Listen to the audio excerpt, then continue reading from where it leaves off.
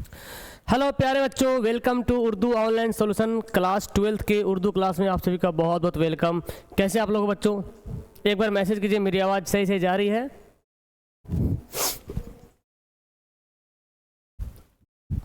तो मेरी आवाज़ सही से जा रही है बच्चों? एक बार मैसेज करें सारे बच्चे। और वीडियो ठीक ठाक दिख रही है? तो भाई आज हम लोग पढ़ने वाले क्लास 12th का एकदम पूरा क्वेश्चन, पूरा चैप्टर का करीब करीब इस वीडियो में आपको लगभग 400 क्वेश्चन देखने को मिलेगा। 400 ऑब्जेक्टिव पढ़ने वाले हैं, पूरी किताब की ऑब्जेक्टिव। ओके, तो पहले आप लोग बताएं कि आवाज़ वगैरह ठीक ठाक है और सब लोग रेडी हो पढ़ने के लिए? ओके, गुड आफ्टरनून, वालेकुम अस्सलाम। चलिए बहुत अच्छे, सारे बच्चे आ गए हैं। Well done, well done, very good.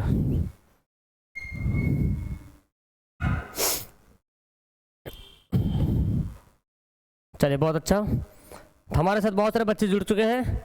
Okay, चलिए प्यारे बच्चों, हम लोग आज पढ़ने वाले क्लास 12 का उर्दू का जो है ऑल ऑब्जेक्टिव क्वेश्चन, ठीक है ना। यहाँ पर हम लोग जितने सारे उर्दू कहकशां जो किताब है ना, इस किताब से जितने सारे इंपॉर्टेंट मतलब इंपॉर्टेंट ऑब्जेक्टिव क्वेश्चन, अगर पूरी किताब का एक एक पॉइंट से ऑब्जेक्टिव उठाया जाए तो 800-900 पहुंच जाएगा। लेकिन हमने उतना नहीं लिया, वो भी करवा देंगे आपको एक दिन, ठीक है ना। लेकिन अभी हम धीरे से आगे बढ़े तो कम से कम 400 इस वीडियो में कंप्लीट करते हैं, फिर आगे देखते हैं आपका क्या परफॉर्मेंस रहता है, कितना आप लोग इसको जो है प्यार देते हो, फिर हम आपके लिए वो भी करने को तैयार हैं, ठीक है। यस, चलिए बहुत अच्छा। तो इस वीडियो को आप लोग दबा के सारे बच्चे लाइक कीजिए। जितने सारे बच्चे वीडियो को लाइक करेंगे, शेयर करेंगे तो और ज़्यादा बेस्ट रहेगा। आप सारे बच्चे लाइक और शेयर जरूर कीजिएगा। ओके, चलिए बहुत अच्छा। MD Ahan, Azhar, Musarrat, Faizullah, okay, Akmal, Khushi, Ghazala, Fatima, Sajid, okay, Hasnain, Mahtab, okay, well done. तो सारे मारूजी सवालात पढ़ने वाले हैं इसमें। देखिए क्लास 12 का आर्ट्स बैच आ चुका है। आपके कोई भाई बहन होगा जो आर्ट्स में जाने वाले हैं 12th में, तो अभी 1 टाइम फी है और क्लास इसी महीने से क्लास चालू होने वाला है एप्लीकेशन में, ठीक है ना। और केवल उर्दू के लिए भी क्लास मतलब लॉन्च हो गया। उर्दू के लिए केवल यहाँ पे सारा उर्दू का 12 कहकशां उर्दू का पूरा सारा कुछ यहाँ पर मिल जाएगा। और अगर 10th में कोई आपका भाई बहन है तो उसको जुड़वा सकते हैं। अभी ऑफर चल रहा है 499 में, ठीक है ना। ऑफर चल रहा, कॉल करके जानकारी प्राप्त कर लीजिएगा। एक देखिए प्यारी सी शायरी आपके लिए। अपना सफ़र जारी रखें, खूबसूरत मंजिलों के रास्ते अक्सर मुश्किल ही हुआ करते हैं। तो अपना सफ़र जो है जारी रखना है। जितने खूबसूरत मंजिल की ख्वाब देख रहे हैं आप कि हमें खूबसूरत मंजिल मिलेगी, हमें हमारी ज़िंदगी बहुत एकदम ऐशो आराम में गुजरेगी, उसके लिए थोड़ा मुश्किल को झेलना पड़ेगा, मुश्किलें झेलनी पड़ेगी, सहना पड़ेगा, तभी ये जो है खूबसूरत मंजिल आपको मिल सकती है। तो अपना जो सफ़र है ना, जो मेहनत है, जो मशक्क़त कर रहे हैं, वो जारी रखना है, उसको बीच में छोड़ना नहीं है, ठीक है। ओके प्यारे बच्चों, तो हम चैप्टर वाइज ही पढ़ेंगे, चैप्टर वाइज ही ऑब्जेक्टिव पढ़ेंगे, ज़्यादा बेस्ट रहेगा। एक लाइन्स उठाएंगे, मिर्ज़ा फ़तहुल्लाह बैग्स उठाएंगे, लास्ट में साहिर लुधियानवी में जाके ख़त्म कर देंगे, ठीक है। यस, आपकी क्लास का टाइम डेली 2 बजे है। ओके, चलिए सबसे पहला सवाल यहाँ पे बच्चों, किसने फ़तहुल्लाह बैग की बिस्मिल्लाह कराई? सबसे पहला जो चैप्टर है आपका मिर्ज़ा फ़तहुल्लाह बैग, और उसकी जो खाका है मिर्ज़ा नज़ीर अहमद की कहानी कुछ मेरी कुछ उनकी ज़बानी, यही किताब से, यही चैप्टर से हम पहले क्वेश्चन को पढ़ेंगे। किसने फ़तहुल्लाह बैग की बिस्मिल्लाह कराई? फ़तहुल्लाह बैग की जो बिस्मिल्लाह कराई थी उसका नाम था सैयद वलीउल्लाह। क्या नाम था? सैयद वलीउल्लाह इनका नाम था। चलिए आगे बढ़ते हैं क्वेश्चन नंबर 2 में। फ़तहुल्लाह ने किससे कुरान पढ़ी थी? कुरान किससे पढ़ी थी? इन्होंने कुरान किससे सीखा था? मौलवी शमसुद्दीन से, मौलवी चिरागुद्दीन से, मौलवी कमरुद्दीन से, मौलवी अलदाउद्दीन से। तो क्या होगा? मौलवी कमरुद्दीन से। मौलवी कमरुद्दीन से इन्होंने कुरान शरीफ सीखा, ठीक है। सवाल नंबर 3 पढ़ते बच्चों। मिर्ज़ा फ़तहुल्लाह बैग ने इंटरमीडिएट की सनद कहाँ से हासिल की? इंटर की सनद, हाँ, कहाँ से हासिल की? तो बोलेंगे हिंदू कॉलेज से। हिंदू कॉलेज से उन्होंने इंटर की सनद हासिल की, मतलब इंटर की डिग्री, सनद मतलब सर्टिफिकेट, मतलब इंटर पास किया हिंदू कॉलेज से, ठीक है। नेक्स्ट बच्चों अगला सवाल है, किस सना में मतलब किस सदी में मिर्ज़ा ने इंटरमीडिएट पास किया? इंटरमीडिएट का इम्तहान जो पास किया मिर्ज़ा फ़तहुल्लाह बैग ने, वो कब पास किया था? बोलिए सारे बच्चे।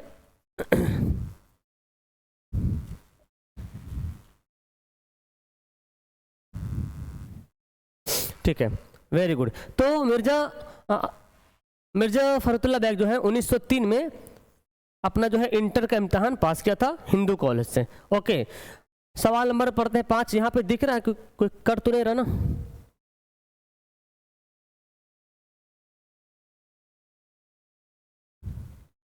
ठीक है, चलिए सवाल नंबर 5 पढ़ते हैं। 5 नंबर क्वेश्चन देखिए, मिर्जा फखरुद्दीन ने जुडिशियल इम्तिहान कब पास किया था? जुडिशियल इम्तिहान जो कोर्ट में होता है, जज के लिए होता है एग्जाम, तो 1910 में इन्होंने जुडिशियल इम्तिहान पास किया था। ठीक है, 1910 में। सवाल नंबर 6 पढ़ते बच्चों। सवाल नंबर 6 बोलता है, मिर्जा फखरुद्दीन हाई कोर्ट के इंस्पेक्टर अफसर कब बने थे? Mirza Fakhruddin bag high court के इंस्पेक्टर अफसर बने थे, कब बने थे? 1939 में। याद कर लीजिएगा ये डेट, 1939 में इंस्पेक्टिंग अफसर बने थे हाई कोर्ट के। आगे बढ़ते हैं बच्चों, मिर्जा फखरुद्दीन की शादी कब हुई थी? देखिए, मिर्जा फखरुद्दीन बैग की शादी कब हुई थी? तो इनकी शादी हुई थी 1908 में। ओके, 1908 में इनकी शादी हो गई थी। ठीक है, आगे बढ़ते हैं, मिर्जा फखरुद्दीन बैग ने कितने निकाह किए, कितनी शादी की? तो याद करेंगे, इन्होंने 2 शादियां की थी।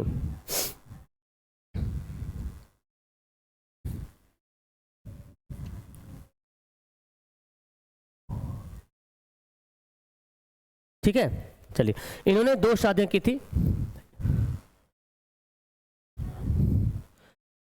सवाल नंबर पढ़ते हैं 9। सवाल नंबर 9 पढ़ते हैं, मिर्जा फखरुद्दीन बैग का इंतकाल कब हुआ था? इनका इंतकाल कब हुआ था बच्चों? इनका इंतकाल याद करेंगे 1900, जो जिस समय जो डेट है हमारा हिंदुस्तान आज़ाद होने का, वही डेट है 1947 में ही ये जो है इनका जो इंतकाल हुआ था। नेक्स्ट पढ़ते हैं, सवाल नंबर 10 है कि नज़ीर अहमद की कहानी किसने तहरीर की, किसने लिखी? नज़ीर अहमद की कहानी कुछ मेरी कुछ उनकी ज़बानी, ये जो चैप्टर है, कहानी जो है, ये किसने लिखा? तो मिर्जा फखरुद्दीन बैग ने इसको लिखा। ठीक है, नेक्स्ट सवाल पढ़ते हैं 11 नंबर। मिर्जा फखरुद्दीन के जद्दे अमजद मिर्जा अफजल बेग कहाँ से हिंदुस्तान आए थे? इनके जद्दे अमजद आबाओ अजदाद कहाँ से आए थे? तो बदख्शां से हिंदुस्तान आए थे। ठीक है, पढ़ते सवाल नंबर 12। मिर्जा फखरुद्दीन की पैदाइश कहाँ हुई थी? ये कहाँ पैदा हुए थे? तो दिल्ली में पैदा हुए थे, याद है ना? ये दिल्ली में इनकी, दिल्ली के चूड़ी वालान मोहल्ला, वहाँ इनकी पैदाइश हुई थी। ठीक है, चलिए आगे बढ़ते प्यारे बच्चों। सवाल है 13 नंबर। मिर्जा फखरुद्दीन बैग किस सना में पैदा हुए थे? इनकी पैदाइश जो हकीकत जो किताब में दिया है 1885 में, कहीं कहीं 84 बोलता है, लेकिन 85 आपका बिल्कुल सही जवाब हो जाएगा। ओके, सवाल नंबर 14 पढ़ते हैं। मिर्जा फखरुद्दीन बैग के वालिद का नाम क्या था? इनके वालिद का नाम याद करेंगे, मिर्जा असदुल्ला बैग, मिर्जा अब्दुल्ला बैग, मिर्जा क्या है, असरूर बैग, मिर्जा हसमतुल्ला। तो आंसर हमको ध्यान देना आंसर पे, जो आंसर है बस डायरेक्ट उसको याद कर लीजिए, फोकस आपका आंसर पे होना चाहिए, क्योंकि ऑप्शन बहुत सारे तो आप कहीं कंफ्यूजन न पड़ जाओ, इसलिए आपको डायरेक्ट आंसर ही याद कर लेना है भाई, कि ये ही हमारा राइट आंसर होगा। ठीक है ना, हसमतुल्ला बैग। ठीक है, आगे बढ़ते प्यारे बच्चों। सवाल नंबर 15 बोला गया, मिर्जा फखरुद्दीन बैग की वालिदा का नाम क्या था? इनकी वालिदा का नाम क्या था? इनकी वालिदा का नाम था मुशर्रफ जहां बेगम। मुशर्रफ जहां बेगम, डायरेक्ट आंसर याद करना है। ठीक है ना, ऑप्शन कुछ भी रहे, कहीं कहीं कंफ्यूजन हो जाएगा अगर डायरेक्ट याद नहीं कीजिएगा तो। मुशर्रफ था कि मुशर्रफ था, ऐसे हो जाएगा। ठीक है, तो मुशर्रफ। नेक्स्ट पढ़ेंगे, मिर्जा फखरुद्दीन बैग की वालिदा के इंतकाल के वक्त फखरुद्दीन की उम्र कितनी थी? कितने साल के थे वो फखरुद्दीन बैग, बताइए? मात्र 10 दिन के थे। सोचिए, 10 दिन के थे मिर्जा फखरुद्दीन बैग जब इनकी वालिदा का इंतकाल हुआ था। ठीक है, नेक्स्ट है, मिर्जा फखरुद्दीन बैग की वालिदा के इंतकाल के बाद उनकी किसने परवरिश की थी? जब उनका इंतकाल हो गया था तो इनकी फूफी ने परवरिश की। किसने? फूफी ने परवरिश की थी। ओके, फूफी। ठीक है, हाँ, फूफी ने परवरिश की थी। नेक्स्ट बच्चों, जिन्होंने फखरुद्दीन बैग की परवरिश की थी उनका नाम क्या था? इनकी फूफी का नाम पूछ रहा है, क्या नाम था? हुस्न जहां बेगम। क्या नाम था बच्चों? हुस्न जहां बेगम। अगर आपको डायरेक्ट आंसर याद नहीं होता है तो ऑप्शन देख के भी आंसर दिमाग में आ जाना चाहिए, इतना कम से कम पढ़ लीजिए। समझ में आया? कम से कम ऑप्शन देख के आंसर दिमाग में आ जाए। नेक्स्ट बच्चों, नज़ीर अहमद का ताल्लुक किस सिनफ से है? नज़ीर अहमद जो है किस सिनफ से ताल्लुक़ रखते हैं? तो इनका ताल्लुक जो है नावल से है। नज़ीर अहमद जो है नावल लिखे, उर्दू का पहला नावल निगार है। आपने पढ़ा होगा क्लास 10th में मीरातुल उरूस उनका पहला नावल है। ठीक है, उर्दू में नावल लिखने का जो है रिवाज इन्होंने शुरू किया था। अगला कहते हैं कि मिर्ज़ा फ़तहुल्लाह बैग और मियाँ दानी मौलवी साहब के घर क्यों जाते थे? मिर्ज़ा फ़तहुल्लाह बैग और मियाँ दानी पढ़ने के लिए जाते थे। कहाँ जाते थे? मौलवी, कौन मौलवी था भाई? मौलवी साहब कौन थे? मौलवी नज़ीर अहमद, यहाँ जाते थे वो पढ़ाई करने के लिए। ओके, चलिए आगे बढ़ते बच्चों। क्वेश्चन नंबर 21 देखिए। 21 कहता है किस अरबी शायर से मुतालिक सबक पढ़ाने के दौरान उन मियाँ रज़ा की छुट्टी हो गई थी? तो मियाँ रज़ा नाम का एक लड़का था जो नज़ीर अहमद के यहाँ पढ़ने के लिए आए थे, और उन जो है ना वो जो है बहुत सारी गलतियाँ करते थे इराब में, तो उसकी छुट्टी हो गई। तो किसने कहा था? मुतनब्बी करके एक शायर है जो अरबी के शायर है, ठीक है ना, उसके अनुसार ये बताया गया है। नेक्स्ट बच्चों, सवाल नंबर 22 है फ़तहुल्लाह बैग शेर खानी में किस तरह की गलतियां करते थे? तो मिर्ज़ा फ़तहुल्लाह बैग जब शेर व शायरी करते थे तो वो इराब में ज़्यादा गलतियां करते थे, इराब में। ठीक है, ओके। इसके बाद क्वेश्चन 23 है मिर्ज़ा के मज़ामीन, मज़ामीन फ़रहत इनकी किताब है मज़ामीन फ़रहत, कितनी जिल्दों में शाये हुए, कितने पार्ट में शाये हुआ? तो याद कीजिएगा 7 पार्ट में, 7 भाग में, 7 जिल्दों में इनकी किताब जो है पब्लिश हुआ। ठीक है, आगे बढ़ते हैं। उर्दू का पहला बाज़ाब्ता खाका कौन सा है? उर्दू का पहला खाका कौन हो जाएगा? डॉक्टर नज़ीर अहमद की कहानी कुछ मेरी कुछ उनकी ज़बानी। और इसमें जो है नज़ीर अहमद के बारे में लिखा उन्होंने। नज़ीर अहमद उस्ताद हैं और मिर्ज़ा फ़तहुल्लाह बैग उनके शागिर्द हैं। उस्ताद भी कमाल के हैं, उर्दू के पहले नावल निगार हैं, और शागिर्द भी बाकमाल है ना, कि वो जो है उर्दू के पहले खाका निगार है। ठीक है, नेक्स्ट बच्चों, उर्दू का पहला खाका निगार कौन है? देखिए, उर्दू का पहला खाका निगार है फ़तहुल्लाह बैग। ओके, पहले खाका निगार फ़तहुल्लाह बैग। नेक्स्ट है नज़ीर अहमद फ़तहुल्लाह बैग के कौन थे? नज़ीर अहमद कौन थे भाई? तो नज़ीर अहमद उनके उस्ताद थे। कौन थे? उस्ताद थे नज़ीर अहमद, ऑप्शन हो जाएगा सी वाला। चलिए अगला सवाल पढ़ते हैं। फ़तहुल्लाह बैग के साथ, देखिए फ़तहुल्लाह बैग के साथ मदरसे में कौन थे? फ़तहुल्लाह बैग जब मदरसे में पढ़ाई करते थे तो उनके साथ कौन जाते थे पढ़ने के लिए? तो एक बंदा था, नाम था मियाँ दानी। क्या नाम था? मियाँ दानी, जो इनके दोस्त थे और दोनों मिल के पढ़ने के लिए जाते थे। ठीक है, 28 क्वेश्चन है बच्चों। नज़ीर अहमद का ताल्लुक किस सिनफ से है?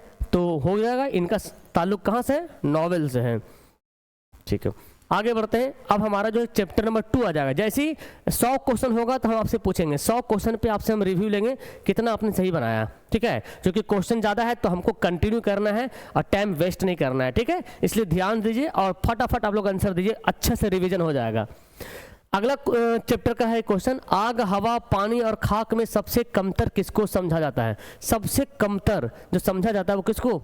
खाक को समझा जाता है। ठीक है, क्योंकि देखते हैं मिट्टी, खाक मतलब मिट्टी को पाँव से रौंद देते हैं इंसान लोग, इंसान जानवर जो भी है ना। हवा उसको बहा देती है, आग जला देती है, पानी, हवा उड़ा देती है, पानी बहा देती है, आग जला देती है, और इंसान पाँव से रौंद देती है। तो मिट्टी पे ज़्यादा जुल्म हो रहा है, लेकिन इसी मिट्टी में बहुत सारी चीज़ें भरी हुई है, खजाने। मिट्टी के साथ दुनिया क्या सलूक करती है भाई? दुनिया क्या करती है? मिट्टी से दुनिया क्या नहीं करती है? सब कुछ करती है। मिट्टी कोड़ देती है, खोद देती है, घर बनाना है तो मिट्टी को खोदती है। तो इसको बोलेंगे पाँव से रौंदती है, क्योंकि ज़्यादा तो चलने का ही काम करते हैं हम लोग, पाँव से रौंदती है। नेक्स्ट सवाल है, चमेली और मोतिया के तेल से भी कौन तेल अहम है? चमेली का तेल, मोतिया का तेल जिसको हम सर पे लगाते हैं, लेकिन मिट्टी का तेल सर पे नहीं लगाते हैं, लेकिन फिर भी जो है मिट्टी का तेल उनसे बहुत ही ज़्यादा मुफीद है, बहुत ज़्यादा फ़ायदेमंद है। ठीक है, ओके। 32 क्वेश्चन कहते हैं, 32 नंबर क्वेश्चन, किस तेल को देखकर लोग नाक भौं चढ़ाते हैं?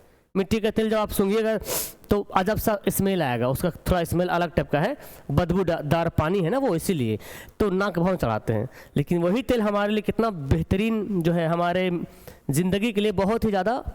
जब बिजली का व्यवस्था नहीं था, जब इस दुनिया मतलब जब इस ज़माने में बिजली का इंतज़ाम नहीं था, तो लोग मिट्टी के तेल से ही इस्तेमाल करते थे, है ना। हम लोग को भी याद है, बचपन में पढ़ते थे तो मिट्टी का तेल का डिबिया होता था, उसमें केरोसिन तेल डाल दिया और जो है बत्ती जलाना, लालटेन, अब तो लालटेन है नहीं, तो ये सब मिट्टी के तेल से बहुत फायदे हैं। नेक्स्ट बच्चों, रॉकफेलर कौन था? अब यहाँ पे एक नाम आया बच्चों, रॉकफेलर कौन था? रॉकफेलर एक ताजिर था जो मिट्टी की तेल की तिजारत करता था। तो ये अमेरिकी ताजिर था और तिजारत बहुत कम पैसों में किया था शुरू, लेकिन जब धीरे धीरे तिजारत जब बढ़ते चला गया, बिजनेस बढ़ते चला गया, तो एक दिन ऐसा आया कि ये रॉकफेलर दुनिया के मशहूर जो पूंजीपति होता ना, सरमायादारों में इनकी गिनती होने लगी। ठीक है। नेक्स्ट बच्चों, ख्वाजा हसन निज़ामी, यही इनके राइटर है। मिट्टी का तेल एक उन्वान है मजमून का, और ख्वाजा हसन निज़ामी इसके जो है मुसन्निफ़ हैं। तो उनकी पैदाइश कब हुई थी? याद करेंगे, उनकी पैदाइश 1878 में ख्वाजा हसन निज़ामी की पैदाइश हुई थी। Well done. 1878 में।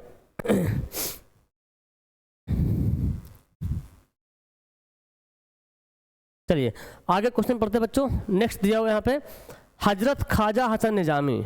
हजरत ख्वाजा हसन निज़ामी की पैदाइश कहाँ हुई थी?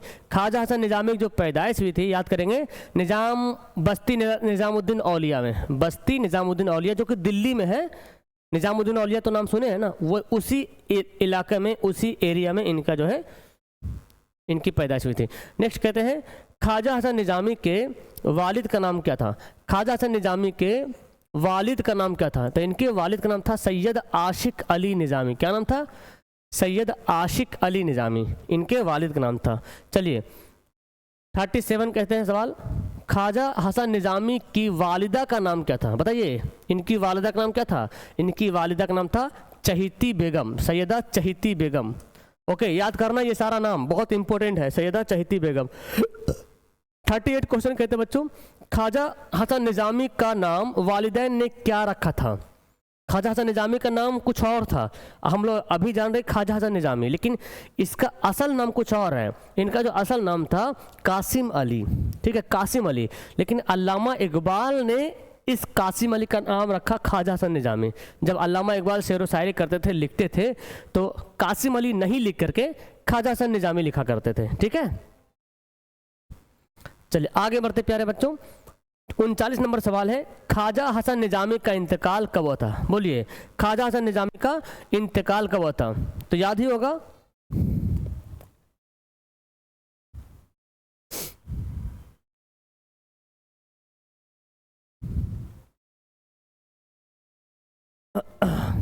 ठीक है।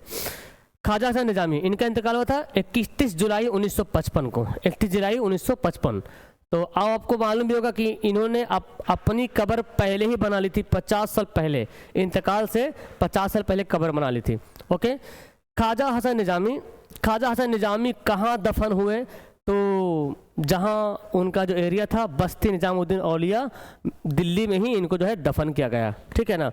नेक्स्ट कहते हैं बच्चों, सवाल नंबर 41 है, ख्वाजा हसन निज़ामी ने कितने दिनों कबल अपनी कब्रिस्तान तैयार कर ली? कितने दिनों कबल? तो दिन तो छोड़िए, बरस का नाम यहाँ पे है, 50 बरस पहले, 50 साल पहले इन्होंने अपनी कब्र तैयार कर ली थी। शहरों में ऐसे ही होता है, बड़े बड़े लोग जो होते हैं ना, कब्र भी खरीद लेते हैं कि हमको मरने के बाद यहीं दफन करना है। ठीक है ना। तो 50 साल पहले जो कब्र इन्होंने बनवा ली थी। हज़रत निज़ामुद्दीन औलिया की सिवाने उमरी किस नाम से तरतीब है? हज़रत निज़ामुद्दीन औलिया की सिवाने उमरी है, उनके जीवनी इन्होंने लिखा है ख्वाजा हसन निज़ामी ने। नाम क्या था? निज़ामे बंसरी। क्या नाम था? निज़ामी बंसरी उनका जो है किताब का नाम था।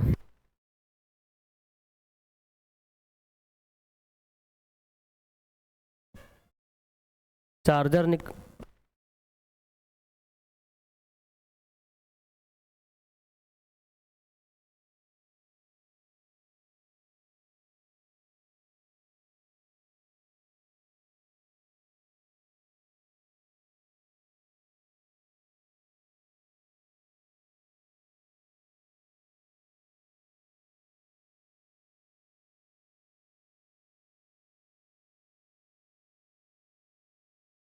चलिए तो क्वेश्चन अगला है बच्चों, हज़रत निज़ामुद्दीन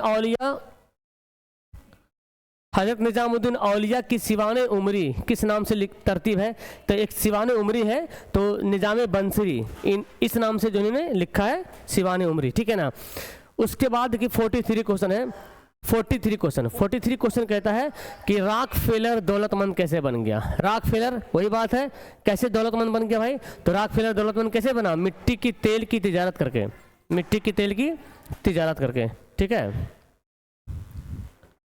44 क्वेश्चन है बच्चों, ख्वाजा हसन निजामी किसकी औलाद में से है, किसकी औलाद में से है, तो कहता है ख्वाजा हसन निजामी जो है इस सैयद बदरुद्दीन इसहाक, सैयद बदरुद्दीन इसहाक की औलाद में से है, ठीक है, याद कर लीजिएगा नाम, ये सैयद बदरुद्दीन इसहाक की औलाद में से है। ओके चलिए वेरी गुड, आगे बढ़ते हैं। नेक्स्ट सवाल यहाँ पे 45 है, ख्वाजा हसन निजामी, ख्वाजा हसन निजामी की शादी किससे हुई थी, किससे शादी हुई थी, सैयदा हबीब बानो, है ना, सैयदा हबीब बानो होगा, सैयदा हबीब बानो से,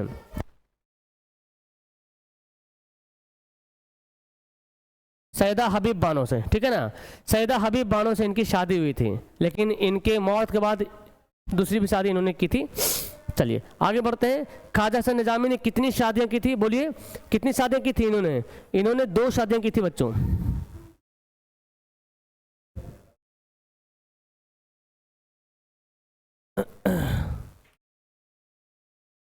ओके तो सैयदा हबीब बानो से पहली शादी हो गई और दूसरी शादी इन्होंने महमूदा बानो से की थी, ख्वाजा महमूदा बानो से, ख्वाजा महमूदा बानो से, महमूदा बानो से इन्होंने दूसरी शादी की थी। पहली शादी जो है हबीब बानो से और दूसरी महमूदा बानो से। नेक्स्ट क्वेश्चन देखिए बच्चों 47, ख्वाजा हसन निजामी, देखिए सवाल आ ही गया, ख्वाजा हसन निजामी ने दूसरा निकाह किससे किया, है ना, क्वेश्चन आपके सामने हाजिर है। इन्होंने जो दूसरा निकाह किया, दूसरी शादी की थी, नाम था सैयदा महमूदा ख्वाजा बानो, ठीक है ना, तो यहाँ पे थोड़ा टाइपिंग मिस्टेक हो गया, बानो होगा। ओके चलिए आगे बढ़ते हैं बच्चों। 48 है, ख्वाजा हसन निजामी ने कितनी किताबें लिखी, कितनी किताबें, 100 से ज़्यादा, 200 से ज़्यादा, 200 से ज़्यादा इन्होंने किताबें लिखी, है ना, तो बहुत ही काबिले एहतराम और बहुत ही मेयार वाले जो है ये शायर हैं, ठीक है, 200 प्लस किताब इन्होंने लिखा। नेक्स्ट क्वेश्चन देखिए 49, कौन सी इनमें से कौन सी तसानीफ ख्वाजा हसन निजामी की है, मतलब कौन सी किताब ख्वाजा हसन निजामी ने लिखा है, रोजनामचे, कलमी चेहरे, सी पारा दिल, ये तीनों किताब जो है इन्हीं का लिखा हुआ है। ओके नेक्स्ट बच्चों 50 नंबर, रिसाला निज़ामुल मसाइख की बुनियाद किसने डाली, तो एक अखबार निकाला जिसका नाम था निज़ामुल मसाइख, तो उस अखबार की जो बुनियाद डाली थी किसने, तो ख्वाजा हसन निजामी ने इसकी बुनियाद डाली थी। ओके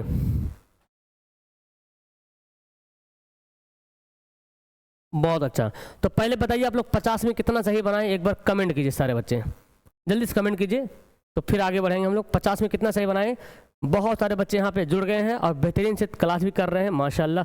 आप लोग वीडियो को शेयर जरूर कर दीजिएगा बच्चों, और लाइक नहीं की तो लाइक कर दीजिएगा, और सब्सक्राइब तो ये आपका अधिकार है, मूल अधिकार है, ठीक है ना, ये कर दीजिएगा आप लोग सारे बच्चे। चलिए बहुत अच्छा, तो 50 में देख रहे बच्चे, 50 में 50, अरे बाप रे, 50 में 45, ठीक है, 40, 49, मंसूर आलम, सालेहा, साजिदा, सुहैल, दानिश, मेहताब, अरफात, गजाला,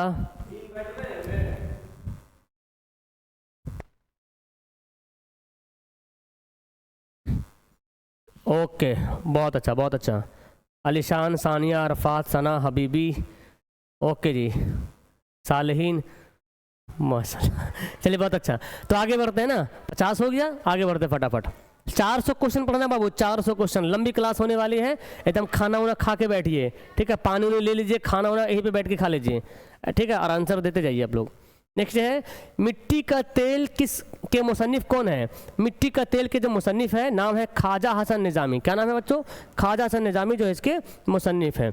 चलिए आगे बढ़ते 52 नंबर क्वेश्चन। 52 नंबर क्वेश्चन कहता है, ख्वाजा हसन निजामी को ख्वाजा हसन निजामी किसने लिखना शुरू किया, तो नाम तो था कासिम अली, लेकिन कासिम अली का नाम ख्वाजा हसन निजामी लिखना शुरू किया किसने, तो अल्लामा इकबाल ने, ठीक है ना, याद कीजिएगा, इनके माँ बाप ने, ख्वाजा हसन निजामी के माँ बाप ने, वालिदा ने जो है नाम रखा था कासिम अली, लेकिन अल्लामा इकबाल इनको लिखते थे ख्वाजा हसन निजामी। चलिए आगे बढ़ते हैं। नेक्स्ट है, वालिदैन के इंतकाल के बाद ख्वाजा हसन निजामी की किफ़ालत किसने की, जब इनके वालिदैन मतलब माँ बाप का जब इंतकाल हो गया था तो इनकी परवरिश किसने की थी, तो इनके बड़े भाई ने, किसने की, बड़े भाई ने इनकी परवरिश की थी। चलिए 54 क्वेश्चन कहते हैं, चैप्टर नंबर 3 से सवाल आ गया है, भूख तोड़ने की इस्तिलाह क्या है? भूख तोड़ने की इस्तिलाह क्या है? तो भूख तोड़ने की इस्तिलाह है नाश्ता। नाश्ता खाए भूख टूट गया, ठीक है ना, तो ऑप्शन हो जाएगा बी वाला। नेक्स्ट कहते हैं बच्चों, अरबी में नाश्ता को क्या कहते हैं बच्चों? अरबी में नाश्ता को क्या कहते हैं? नाश्ता को अरबी में कहते हैं फितूर। क्या कहते हैं? फितूर। वो वाला फितूर नहीं जो तेरा फितूर मुझ पे चढ़ गया यार, वो नहीं। फितूर यहाँ पे अरबी लफ्ज है और फितूर मतलब होता है नाश्ता, ठीक है, याद रखिएगा। आगे बढ़ते हैं, फितूर के माना क्या होता है? देखिए फितूर माना होता है तोड़ने के। क्या होता है? फितूर माना तोड़ना। तो क्या तोड़ना? भूख तोड़ना। तो हमने कुछ खा लिया, सुबह सुबह उठ के हल्का फुल्का चाय पी लिया, बिस्किट खा लिया, वो नाश्ता हो गया है। लेकिन हम लोग तो 4 रोटी 5 रोटी दबा देते हैं। निहारी है तो भाई साहब फिर 10 रोटी चल जाएगा, ठीक है ना। तो नाश्ता मतलब हुआ थोड़ा सा खाना ताकि भूख टूट जाए। फिर खाना में दबा के खाना है, जो दोपहर में 2 बजे 3 बजे खाते हैं ना, उस समय एकदम बिरयानी है चाहे जो भी है एकदम दबा दीजिए। तो ये रियल होता है खाना। लेकिन हम लोग का तो रिवाज ऐसा बन गया, क्या बताएं, 3 टाइम खाने का तो पहले हम लोग का आदत हो गया। बहुत सारे ऐसे है जो गैर मुस्लिम होते हैं, उन लोग के यहाँ देखिएगा 2 ही टाइम खाना खाते हैं। सुबह उठेंगे हल्का फुल्का चना वना खाएंगे, एक ही बार खाना खाएंगे 11-12 बजे, 11-12 बजे दबा के खाएंगे उन लोग, फिर रात में खाएंगे। और हम लोग जो है 3 टाइम खाना खाते हैं। सोच, इसलिए तो पीछे जा रहे हैं मुसलमान, ऐसे पीछे जा रहा है। 3 टाइम खाना, सुबह नाश्ता 9 बजे करेगा, फिर जो है 2 बजे खाना खाएगा, 3 बजे फिर रात में खाएगा। तो ये हमको, अगर ये हमारी बातें देखिए दूसरे कौम के लोग फॉलो कर रहे हैं। ये हमारे लिए बताया गया फितूर है ना, हमारे लिए बताया गया है। लेकिन हमारी बात को दूसरे कौम के लोग फॉलो कर रहे हैं। अभी भी गांव में देखिए, अभी भी गांव में बहुत सारे शहरों में भी देखिएगा जो नॉन मुस्लिम है, जो गैर मुस्लिम है, वो 2 टाइम खाना खाते भाई।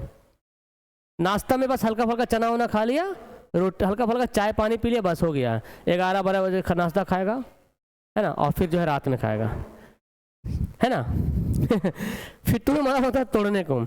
लेकिन क्या करें, हम लोग तो आदत से मजबूर हैं। सुर्खी से क्या मुराद है बच्चों? सुर्खी से क्या मुराद है? सुर्खी, सुर्खी मतलब होता है बच्चों उन्वान। क्या होता है? उन्वान। सुर्ख एक लफ्ज़ है लाल। सुर्ख मतलब क्या होता है? सुर्ख जो लफ्ज़ है इसका मतलब होता है लाल, लाल जो रेड कलम से लिखें। तो पहले ज़माने में जब कुछ मजमून लिखा जाता था तो हेडलाइन जो है रेड कलम से लिखा जाता था, रेड कलम से, रेड पेन से। तो उसका नाम था सुर्खी, चूँकि लाल लाल था। अब हम लोग उसी का हम लोग सुर्खी नहीं बोल के अब हम लोग क्या बोलते हैं? उन्वान बोलते हैं, जो हेडलाइन होता है, ठीक है ना। नेक्स्ट प्यारे बच्चों, अहदी का माना क्या होता है? देखिए यहाँ पे अहदी मतलब हो जाएगा काहिल, ठीक है। 2 माना है इसका, जबर जगह डिफरेंट है। देखिए एक ये क्वेश्चन आता है अहदी मतलब क्या होता है, ये भी अहदी है, लेकिन यहाँ पे जबरदस्त का डिफरेंट था, वो यहाँ पे जबरदस्त तो दिया वो नहीं है। इसका मतलब होता है एक, ओके। नेक्स्ट एक कुल्लई खोलना का माना क्या होता है? कुल्लई खोलना मतलब होता है ऐब को जाहिर करना। खुल गया मतलब ऐब जाहिर हो गया। कुल्लई मतलब ऐब समझिए, ऐब, और खोल दिया तो ऐब का हुआ जाहिर हो गया, ठीक है। और नेक्स्ट क्वेश्चन है कुल्लई फेरना। तो कुल्लई फेरना अगर रहेगा तो होगा ऐब छुपाना। किसी की ऐब को छुपाना चाहिए, हमें कुल्लई फेरना चाहिए, खोलना नहीं चाहिए, ठीक है। लेकिन इसके उल्टा हम लोग काम करते हैं। शिबली नुमानी, देखिए शिबली नुमानी की सीरत की किताब सीरतुन नबी को किसने मुकम्मल किया? तो शिबली नुमानी इन्होंने प्यारे आका सल्लल्लाहु ताला अलैहि वसल्लम के बारे में सीरत की किताब लिखी जिसका नाम था सीरतुन नबी।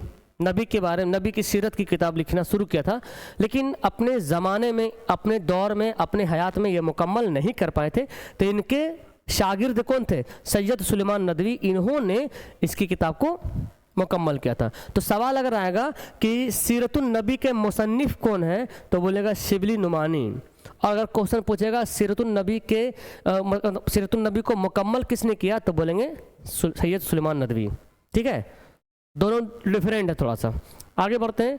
सैयद सुलेमान नदवी जो है कब पैदा हुए? बोलिए, इनकी पैदाइश कब हुई थी? 1884 ना जी, 1884 में ये पैदा हुए थे,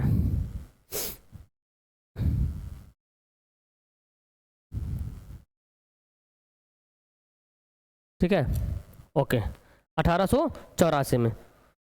नेक्स्ट प्यारे बच्चों, सैयद सुलेमान नदवी। सैयद सुलेमान नदवी कहाँ पैदा हुए थे? ये दसना नालंदा, बिहार में एक नालंदा जिला है, जानते ही हैं, राजगीर नालंदा।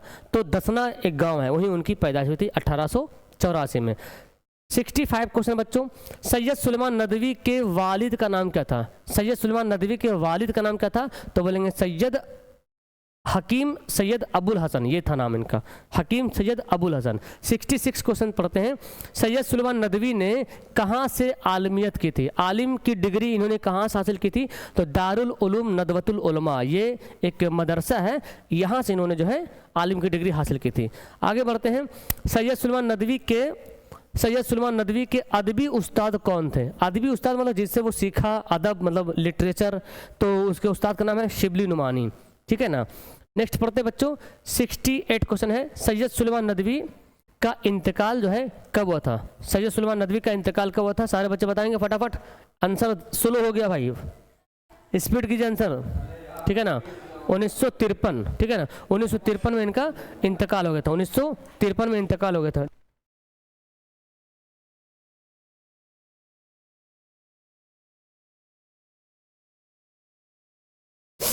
चलिए आगे बढ़ते हैं बच्चों। 69 क्वेश्चन पढ़ते हैं।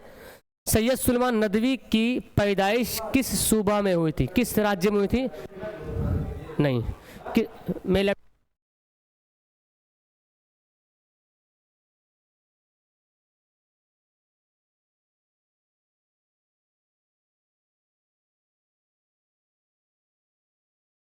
सैयद सुलेमान नदवी की पैदाइश किस सूबा में हुई थी, किस रियासत में हुई थी? तो बोलेंगे बिहार, क्योंकि नालंदा बिहार में है, तो आंसर होगा बिहार। ओके आगे बढ़ते हैं। सैयद सुलेमान नदवी, यहाँ पे एक मिनट छोटा करना पड़ेगा। सैयद सुलेमान नदवी ने दारुल उलूम नदवतुल उलमा में आला तालीम के लिए कब दाखिला लिया था? तो जो क्या नाम था, दारुल उलूम नदवतुल उलमा में जब ये दाखिला लिए थे, एडमिशन लिए थे, तो वो साल था 1901। क्या था? 1901। ओके 1901 में इन्होंने दाखिला लिया था।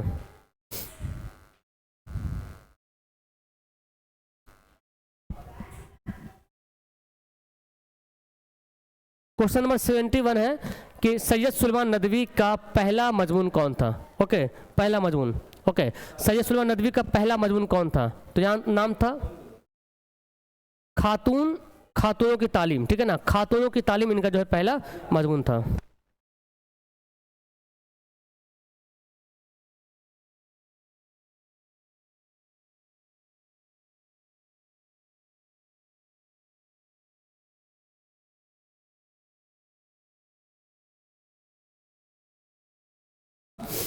ठीक है, तो खातूनों की तालीम इनकी जो पहली जो है मजमून था, क्या नाम था? खातूनों की तालीम। नेक्स्ट है सैयद सुलेमान नदवी का पहला मजमून कब शाया हुआ था? पहला जो मजमून इनका शाया हुआ था वो कब शाया हुआ था बताइए? सबसे पहला मजमून खातूनों की तालीम जो शाया हुआ था कब हुआ था बच्चों?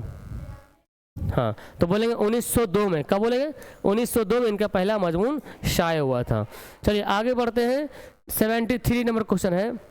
73 क्वेश्चन कहते हैं सैयद सुलेमान नदवी का पहला मजमून किस रिसाला में शाया हुआ था?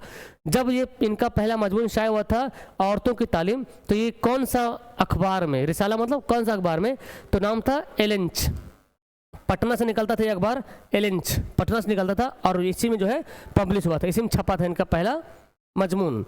सैयद सुलेमान नदवी मौलाना अबुल कलाम आज़ाद के अखबार अल हिलाल से कब वाबिस्ता हुए थे? तो अल हिलाल अबुल कलाम आज़ाद के बारे में पढ़ेंगे, अभी आगे आने वाला है, तो कब इससे जुड़े थे ये बताइए, ठीक है? तो बोलेंगे 1906, ठीक है ना।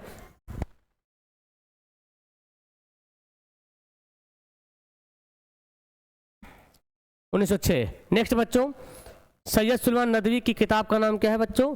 सैयद सुलेमान नदवी की जो किताब का नाम है अरबो हिंद की ताल्लुकात, सीरत आयशा, अरबों की जहाज रानी, हय्याम, रहमत आलम, इनमें सभी।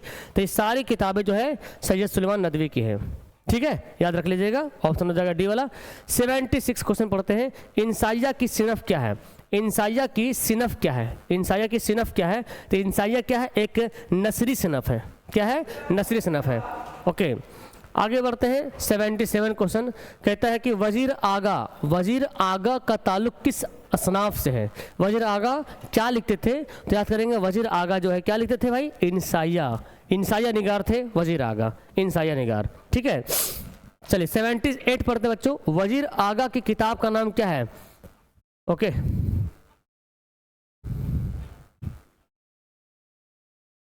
बहुत अच्छा आंसर आ रहा सारे बच्चों को, वेरी गुड। वजीर आगा की किताब का नाम क्या है बच्चों? तो वजीर आगा की किताब का नाम याद करेंगे, नाम है तख्लीकी अमल। क्या नाम है? तख्लीकी अमल जो है इनके किताब का नाम है वजीर आगा की। चलिए 79 पढ़ते हैं। वजीर आगा की किताब लफ्ज़ों की छागल, ये क्या है? ये किताब है जो कि एक कलियात है, ठीक है ना, कलियात है। ओके, तो ऑप्शन हो जाएगा इसका बी। 70 के बाद हो गया 80, 79 के बाद 80। इंसाइया किस मोड़ की पैदावार है? तो इंसाइया जो है शगुफ्ता मोड़ की पैदावार है। ओके, तो ऑप्शन हो जाएगा ए वाला। नेक्स्ट बच्चों, वजीर आगा की पैदाइश कब हुई थी? याद करेंगे। वजीर आगा कब पैदा हुए भाई? तो ये हुए थे 1922 में।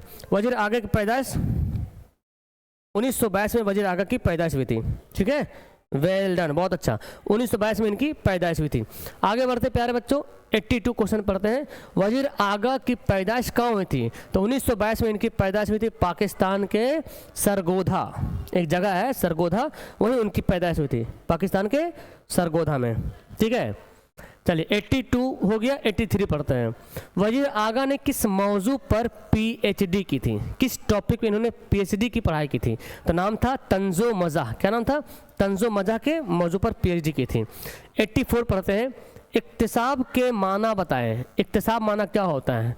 इक्तिसाब माना होता है ज़ाती मेहनत से हासिल करना, जैसे कि कुछ ऐसा है जो मेहनत कर रहे हैं, खुद पर्सनली कुछ मेहनत करके हम हासिल कर रहे हैं, किसी का विरासत नहीं है, देन नहीं है, तो उसको बोलेंगे ज़ाती मेहनत से हासिल करना, ठीक है ना। जैसे मेरा हिसाब, जैसे मैंने अभी यूट्यूब पे पढ़ाना शुरू किया, तो ये मेरा कोई खानदान नहीं था जो पढ़ा रहा था, मैंने शुरू किया पढ़ाना और ये मैंने अपना जो है एक मुकाम हासिल किया, ठीक है। अब अगर मेरी जो नस्ल आएंगी तो उनको मेरा जो है मेरी विरासत उनको मिल जाएगी, ठीक है ना, तो उसको बोलते हैं ज़ाती मेहनत से हासिल करना। नेक्स्ट पढ़ते हैं। अबलाग के माने क्या होता है? इबलाग। इबलाग माना क्या होता है? इबलाग माना होता है भाई पहुंचाना। क्या होता है? पहुंचाना होता है।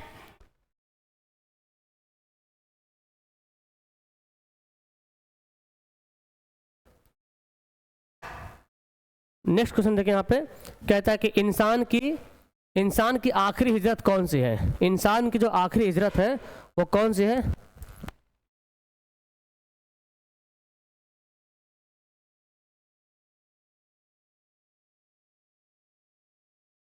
इंसान की आखिरी हिजरत कौन सी है?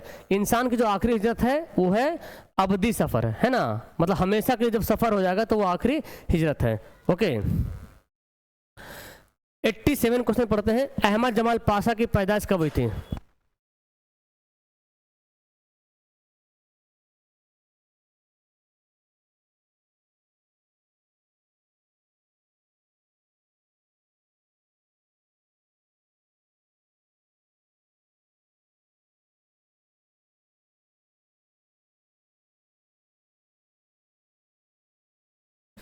चलिए अगला क्वेश्चन देखिए प्यारे बच्चों।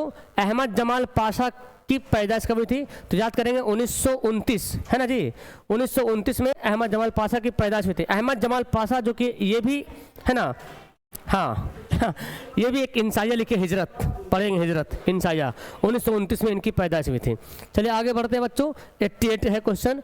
अहमद जमाल पाशा की पैदाइश कहाँ हुई थी? अहमद जमाल पाशा कहाँ पैदा हुए थे? तो ये इलाहाबाद में पैदा हुए थे। इलाहाबाद में एक जगह है खुलदाबाद में इनकी पैदाइश हुई थी। इलाहाबाद के खुलदाबाद में 1929 में इनकी पैदाइश हुई थी अहमद जमाल पाशा की। चलिए आगे बढ़ते प्यारे बच्चों। 89 कहते हैं कि अहमद जमाल पाशा के वालिद कौन थे? इनके वालिद का नाम बताना है। कौन थे? नाम था क्या? शुजाअत हुसैन। देखिए डायरेक्ट आंसर याद कर लीजिए, हमको तो डायरेक्ट आंसर याद है, तो बिना ऑप्शन का तो खैर दिमाग में नहीं आता है मेरा भी, चूँकि इतना सारा कुछ पढ़ाना होता है, तो ऑप्शन देख के मेरे भी दिमाग में आ गया भाई यही वाला आंसर है जो कि मैंने बहुत बार पढ़ाया है, शुजाअत हुसैन। चलिए आगे बढ़ते हैं। 90 क्वेश्चन है कि अहमद जमाल पाशा ने किस यूनिवर्सिटी से एमए किया था? कहाँ से इन्होंने एमए की पढ़ाई की थी? बीए की पढ़ाई की थी लखनऊ से, बीए की पढ़ाई लखनऊ से किए थे, और एमए की पढ़ाई किए थे अलीगढ़ मुस्लिम यूनिवर्सिटी से, अलीगढ़ मुस्लिम यूनिवर्सिटी से पढ़ाई किए थे, ठीक है। नेक्स्ट क्वेश्चन देखिए। हिजरत का ताल्लुक किस सिनफ अदब से है? अरमान, हिजरत का ताल्लुक किस सिनफ अदब से थे? हिजरत क्या है? हिजरत जो चैप्टर है इंसाइया जो लिखा है ना, क्या बोलते हैं अहमद जमाल पाशा, तो ये एक इंसाइया है। क्या है? इंसाइया है, इंसाइया। ओके, बेहतरीन जवाब सारे बच्चों का आ गया है। आगे कोई डिस्टर्बेंस नहीं होना चाहिए प्यारे बच्चों, बस धड़ाधड़ सवाल को पढ़ेंगे। पहले, बंजारों को और किस नाम से जाना जाता है? जो बंजारे होते हैं, जो आज यहाँ तो कल वहाँ, जो घुमक्कड़ की ज़िंदगी गुजारते हैं, उसको कहते हैं खाना बदोश। क्या कहते हैं? खाना बदोश। बंजारों को खाना बदोश के नाम से भी जानते हैं। नेक्स्ट बच्चों, हर मुल्क मास्त, हर मुल्क मास्त से क्या मुराद है? तो जो खाना बदोश होता है उसके लिए कोई अपना अलग मुल्क नहीं होता है, वो जहाँ जाएगा वही उसके लिए मुल्क हो गया, जहाँ चाहता वहाँ चल जाते हैं। तो मतलब हर मुल्क हमारा मुल्क है, इसका मतलब ये होता है हर मुल्क मास्त, मतलब हर मुल्क हमारा मुल्क है। ठीक है, 94 क्वेश्चन पढ़ते हैं। इंसाया हिजरत में कितने मुल्कों का नाम आया है? इंसाया हिजरत पढ़ेंगे, उसमें 3 मुल्कों का नाम आया है। ठीक है, ऑप्शन हो जाएगा सी वाला। नेक्स्ट प्यारे बच्चों, 95, जन्नत से हुक्म सफ़र हुआ है, किसको हुआ है? तो हज़रत आदम अलैहिस्सलाम को, है ना। हज़रत आदम अलैहिस्सलाम को अल्लाह ताला ने भेज दे दुनिया में, जाओ सफ़र करो। अब सब लोग सफ़र कर रहे हैं, कोई अमेरिका जा रहे हैं, कोई है ना, कोई इंग्लैंड जा रहे हैं, लेकिन एक टाइम आएगा जो कब्र जाएंगे। ठीक है, वो आखिरी सफ़र अब्दी सफ़र होगा। ठीक है, नेक्स्ट बच्चों, वजीर आगा ने महानामा अवध पंच कहाँ से इजरा किया? अवध पंच जो महानामा था ये लखनऊ से।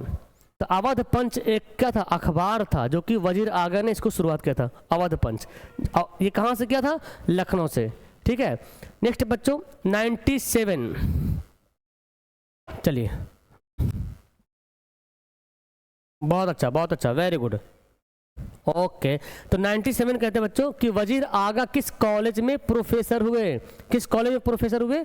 तो इन्होंने, हाँ, ज़किया आफाक इस्लामिया कॉलेज में, सिवान है, सिवान में जगह है, वहीं जो ये प्रोफेसर बन गए थे। इनकी शादी सिवान में हुई थी। ठीक है, तो वो ससुराल में आ गए थे, फिर वहाँ पे प्रोफेसर बन गए थे। वजीर आगा का इंतकाल कब हुआ था बच्चों? इनका इंतकाल कब हुआ था? तो याद करेंगे, वजीर आगा का इंतकाल ओके 1987 में, 1987 में इनका इंतकाल हो गया था। ठीक है, 98 क्वेश्चन देखिए पढ़ते हैं। 98 नंबर क्वेश्चन है बच्चों, मुल्ला नसीर उद्दीन के लतीफ़े किसने तहरीर की? मुल्ला नसीर उद्दीन के लतीफ़े, ये मतलब किताब का नाम है, किसने लिखा? तो अहमद जमाल पाशा ने लिखा। ओके, सवाल नंबर 100 पढ़ते हैं। रोज़ आफरिन्स का क्या माना होता है? रोज़ आफरिन्स का मतलब होता है पैदाइश का दिन। क्या होता है? पैदाइश का दिन। रोज़ आफरिन्स मतलब पैदाइश का दिन। टोटल हमने अभी जो है लगभग पौन घंटा में 100 क्वेश्चन कंप्लीट कर लिया है। तो ऐसे हमारे पास अभी 300 क्वेश्चन और है, तो टाइम तो लगेगा भाई आज की क्लास में, है ना। ओके, सारे बच्चे बेहतरीन से पूरी वीडियो को देख लीजिए। इस वीडियो से एक कंप्लीट वीडियो है जिसमें आपको बेहतरीन से बेहतरीन इंपॉर्टेंट क्वेश्चन का रिवीजन हो जाएगा, और याद जो नहीं इसको याद कर लीजिएगा। ओके, तो 100 में आप लोग का 99, 80 पार हो गया होगा। 80 तो पार हो गया होगा बच्चों। 98, चलिए बहुत अच्छा, well done. Queen of Nafees, Alisa, okay, Sabir, Afreen, Safa, Rukhsar, ठीक है, Danish, well done, well done. 100 में आप लोग बेहतरीन से बनाए, 90 पार कर दिए जी। 96 का कुछ गलती है क्या? 96 क्या है? वजीर आगा किस कॉलेज में प्रोफेसर थे? ये तो दिया हुआ है सर, ज़किया आफाक इस्लामिया कॉलेज मेरे ख्याल से।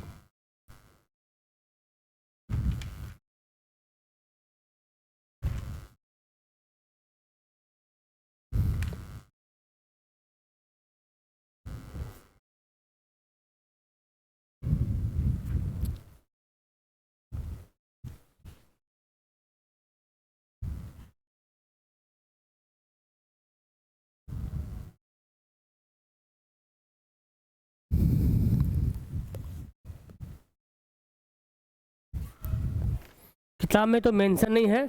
ओके, तो हो सकता है क्वेश्चन ही गलत हो, किस कॉलेज में प्रोफेसर, लेकिन एक जगह कहीं हम पढ़े थे इसका, किताब में दिया हुआ था कहीं, इस किताब में तो नहीं दिया हुआ है, आपकी किताब में तो नहीं दिया हुआ है कि कहाँ थे, लेकिन इसके बारे में कोई गाइड में या 12 का कोई गाइड में मैंने पढ़ा था, ठीक है ना, कि जकिया, हालांकि एक और है, एक और मुसन्निफ पढ़ेंगे आगे, उनकी जो वो भी जो है इसी कॉलेज में प्रोफेसर थे, ठीक है। ठीक है, तो इसको डॉटफुल में रखते हैं, ओके।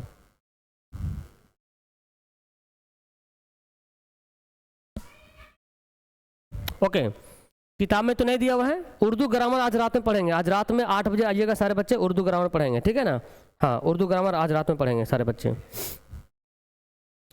तो देखो प्यारे बच्चों सुन लीजिए, वजीर आगा जो चैप्टर है ना आपके कहकशां में, उसमें तो डिटेल्स नहीं दिया हुआ है, लेकिन ये क्वेश्चन हम कहीं पढ़े हैं तो इसका आंसर यही होना चाहिए। अगर क्वेश्चन है ये सही तो आंसर भी यही होगा।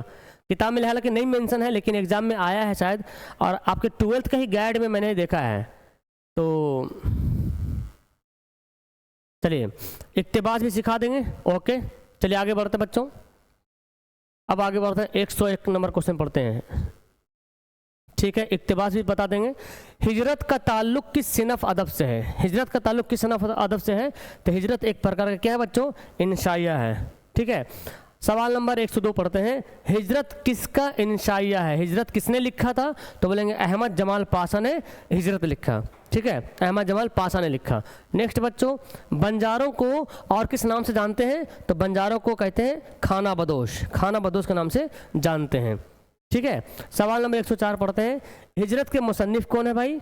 हिजरत जो चैप्टर है उसके लिखने वाले हैं अहमद जमाल पाशा, ठीक है, अहमद जमाल पाशा। 105 नंबर क्वेश्चन पढ़ते हैं, जन्नत से हुक्म सफ़र किसे हुआ था? जन्नत से हुक्म सफ़र किसे हुआ था? तो हजरत आदम अलैहिस्सलाम को हुआ था हुक्म सफ़र। 106 नंबर क्वेश्चन है, इंसान का सिलसिला, इंसान की हिजरत का सिलसिला कहाँ से शुरू होता है?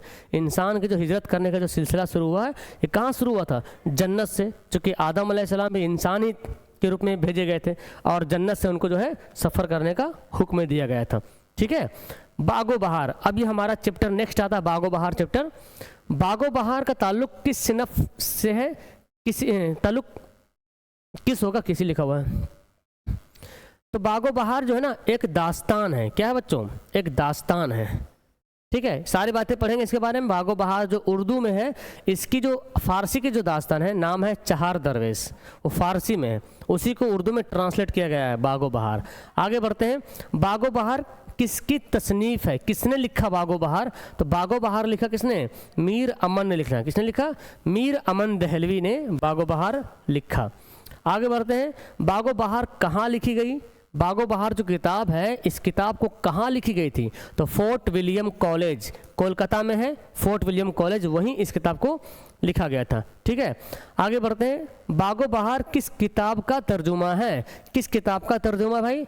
चहार दरवेश। क्या नाम होगा?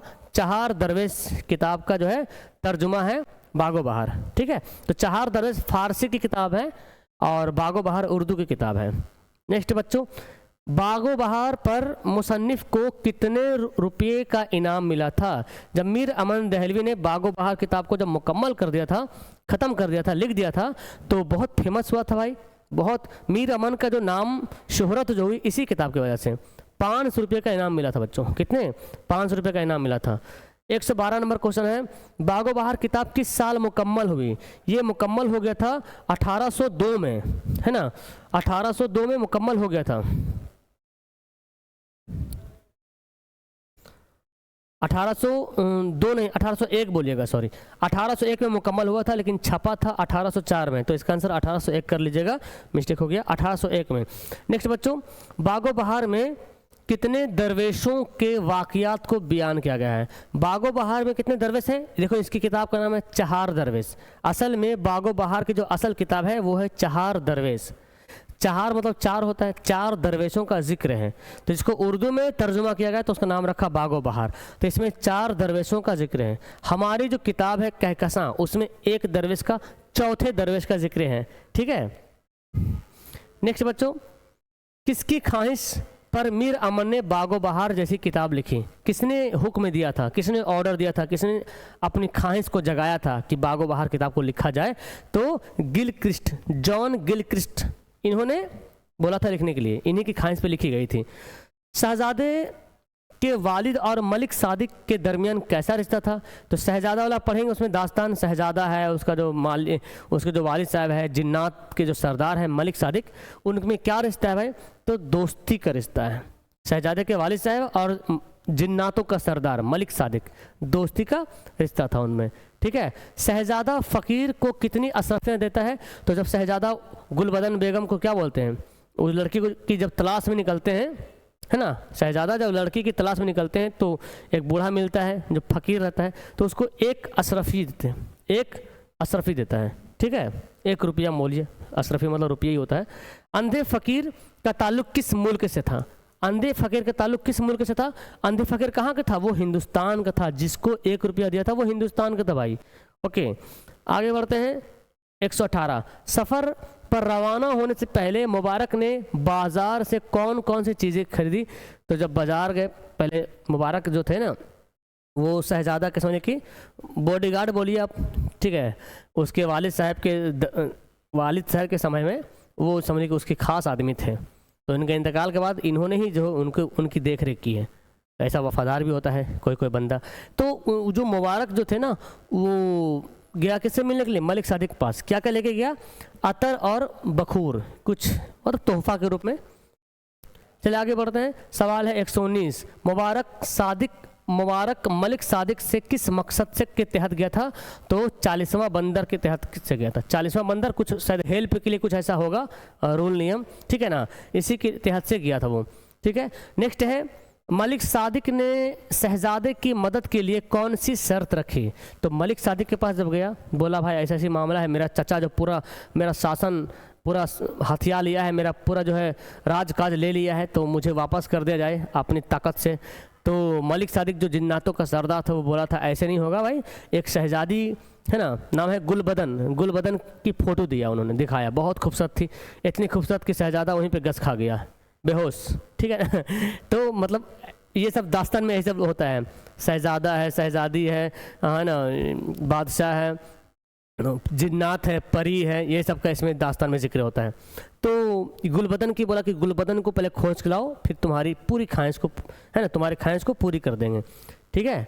मीर अमन की पैदाइश कहाँ हुई थी? मीर अमन कहाँ के रहने वाले थे? इनका नाम है मीर अमन दहलवी। तो नाम से पता चल रहा मीर अमन दहलवी, तो क्या हो जाएगा? दिल्ली। ओके, नेक्स्ट है, किस साल मीर अमन का तकर्रुर फोर्ट विलियम कॉलेज में हुआ था?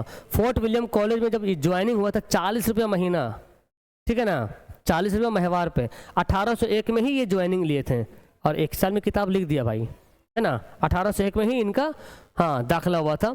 मीर अमन को महाना कितना मिलता था बताइए? मीर अमन को महाना कितना मिलता था? महाना इनको मिलता था 40 रुपया भाई, 40 रुपया महाना मिलता था, ठीक है ना। 1801 की बात है भाई, 2001 की बात है, 200 साल पहले की बात है। तो 40 रुपया बहुत ज़्यादा वैल्यू था उस समय, अब तो 40,000 की वैल्यू नहीं रही आजकल। मीर अमन की शोहरत किस किताब से हुई भाई बताइए? मीर अमन की जो शोहरत हुई वो बागो बहार किताब से हुई थी। हालांकि मीर अमन ने इखलाकी, मोहसनी, गंज खूबी ये सभी किताबें उन्होंने लिखा, लेकिन बागो बहार से इनको ज़्यादा, है ना, लोकप्रियता हासिल हुआ था। चलिए आगे बढ़ते हैं। बागो बहार किस साल तिबा हुई? तिबा मतलब किस साल छपा, ये किस साल पब्लिश हुआ? 1804 में, ठीक है ना, 1804 में ये छपा है, ठीक है। नेक्स्ट बच्चों, मीर अमन का तखल्लुस क्या था? मीर अमन का तखल्लुस था लुत्फ़। क्या नाम था? लुत्फ़ बोलिए, मतलब ये अपना शायरी में इस्तेमाल करते थे लुत्फ़। नेक्स्ट बच्चों, टूबा टेक सिंह। अब आते हैं अगला चैप्टर, टूबा टेक सिंह के बारे में पढ़ते हैं। सादत हुस्न मंटू वाला चैप्टर काफ़ी बेहतरीन चैप्टर है। टूबा टेक सिंह किस शय का नाम है? तो टूबा टेक सिंह जो है ना, एक पागल का नाम है। टूबा टेक जो है, टूबा टेक खाली बोलेगा तो टूबा टेक एक गांव का नाम है, और सिंह लग जाएगा तो बोलिएगा पागल, एक इंसान का नाम है, पागल इंसान। नेक्स्ट है, पागल खाने के हिंदू और सिख पागल कहाँ भेजे जा रहे थे? तो पागल खाने में जो हिंदू थे और सिख थे, हिंदुस्तान का जब बंटवारा हो गया था तो हिंदू और सिख पागल जो पाकिस्तान के जो जेल में जो थे उसको हिंदुस्तान लाया जा रहा था, ठीक है ना, तो हिंदुस्तान भेजे जा रहे थे। नेक्स्ट बच्चों, कि उस पागल का नाम बताइए जिसने अपने मुतालिक मोहम्मद अली जिन्ना होने का ऐलान किया। अब एक पागल था, वो अपने आप को बोल रहा था हम मोहम्मद अली जिन्ना हैं, हम मोहम्मद अली जिन्ना है, समझे? तो उसका नाम क्या था? मोहम्मद अली नाम था। आगे बढ़ते हैं। टूबा टेक सिंह का असल नाम क्या था? टूबा टेक सिंह, देखिए टूबा टेक, अब इसका नाम टूबा टेक सिंह क्यों पड़ा? जब इसको जेल में डाला गया तो नाम था इसका बिशन सिंह, लेकिन वहाँ के लोग जो है ना, टूबा टेक गांव का नाम, देखिए नाम भी सुनिए, टूबा टेक, गांव का नाम भी अजब है, टूबा टेक। तो टूबा टेक के नाम से पुकारते थे, टूबा टेक सिंह लगा दिए, टूबा टेक सिंह। बिशन सिंह तो पहले से थे, नाम तो पहले था बिशन सिंह, तो इसको बिशन सिंह ना बोल के टूबा टेक सिंह बोलना शुरू कर दिया लोग, तब से नाम इनका टूबा टेक सिंह हो गया। टूबा टेक सिंह की मौत किस जगह हुई थी? तो टूबा टेक को भाई वो चाहते थे कि हम जिस देश जहाँ पैदा हुए, जिस ज़मीन में है ना, जिस जगह पैदा हुए, हम यही हमारा मुल्क है। भले हिंदुस्तान पाकिस्तान बंटवारा हो गया तो वो हिंदुस्तान आना ही नहीं चाहता था, वो चाहता था कि हम पाकिस्तान में ही पैदा हुए ना, क्योंकि उस समय तो दोनों मिला हुआ था, हिंदुस्तान पाकिस्तान।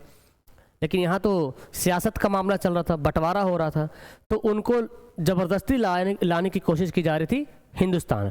लेकिन जो है उसका दम वहाँ पे निकल गया जहाँ पर कोई जगह नहीं था, ना तो हिंदुस्तान का जगह था ना तो पाकिस्तान का, मतलब बॉर्डर पे ही उनकी जो है मौत हो गई थी, हिंदुस्तान पाकिस्तान के दरमियान की जगह पे, मतलब बॉर्डर, ना वो ज़मीन हिंदुस्तान की थी ना पाकिस्तान की थी। ठीक है, नेक्स्ट है, पेड़ पर चढ़े पागल ने किस मसले पर तकरीर शुरू कर दिया? एक पागल था, पेड़ पे चढ़ गया और वो क्या कर रहा था? हिंदुस्तान पाकिस्तान का मसला पर उन्होंने तकरीर करने लगा। देखिए आप लोग भी देखे होंगे, आपके एरिया में कुछ ऐसे पागल होंगे जो झूठ मूठ के बड़बड़ा रहे हैं, बोलते जा रहे हैं। तो किसी का पागल इंसान कैसे होता है? शेरी बरम याद है ना, पढ़े है ना शेरी बरम की वजह से शेरी बरम ही डैमेज हो जाएगा, तो समझ रहे हैं, सब याददाश्त खत्म हो जाता है। नेक्स्ट बच्चों, अपने आप को खुदा कहने वाला पागल टूबा टेक सिंह क्यों नाराज हो गया? टूबा टेक सिंह से क्यों नाराज हो गया?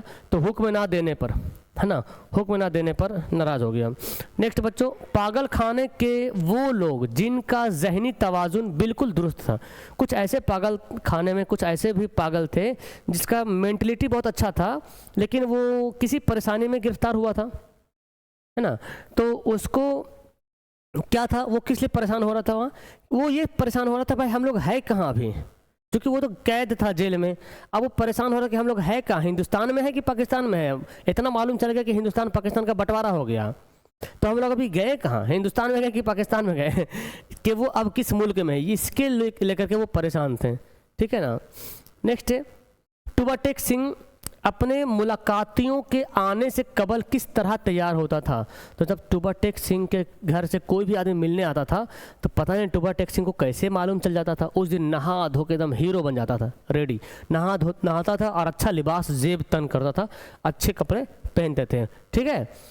सादत हुस्न मंटू की पैदाइश कब हुई थी? सादत हुस्न मंटू बहुत ही फेमस ये शायर है भाई और मुसन्निफ़ है। 11 मई 1912 में इनकी जो है पैदाइश हुई थी। आगे बढ़ते हैं प्यारे बच्चों, सादत हुस्न मंटू की पैदाइश कहाँ हुई थी? सादत हुस्न मंटू की पैदाइश हुई थी, पता है ना, ये लुधियाना में, पंजाब के लुधियाना में इनकी पैदाइश हुई थी। ओके, आगे बढ़ते हैं। मंटू के वालिद का नाम क्या था? इनके वालिद का नाम था ख्वाजा गुलाम हसन। क्या नाम था? ख्वाजा गुलाम हसन इनके वालिद का नाम था। और इनकी वालिदा का नाम बोलेगा, देखिए दिया हुआ है, मंटू की वालिदा का नाम क्या था? इनकी माँ का नाम क्या था बच्चों? इनकी माँ का नाम था सरदार बेगम। क्या नाम था? सरदार बेगम। ये आप ऐसे याद कर लीजिए, जैसे देखिए सादत हुस्न मंटू कहाँ पैदा हुई? क्या बोलते हैं, पंजाब के लुधियाना में। तो पंजाब वाले लोग को सरदार, उधर ही लोग को ज़्यादा डेडिकेट होता है, सरदार जो पगड़ी बांधते हैं। तो उनकी माँ जो है सरदारनी बोली आप, सरदार बेगम, ऐसे याद कर लीजिए आप लोग। ठीक है। नेक्स्ट है, मंटू के पहले अफसानवी मजमूए का नाम क्या था? मंटू ने जो पहला अफसाना लिखा था उसका नाम था आतिश पारे। क्या नाम था? आतिश पारे, जो शायद 1966 में पब्लिश हुआ था, आतिश पारे। ठीक है ना। आतिश पारे इनका पहला जो है अफसानी मजमुआ है, दे ही दिया है। मंटू की वफ़ात कब हुई थी बताइए? इनकी वफ़ात कब हुई थी? 141।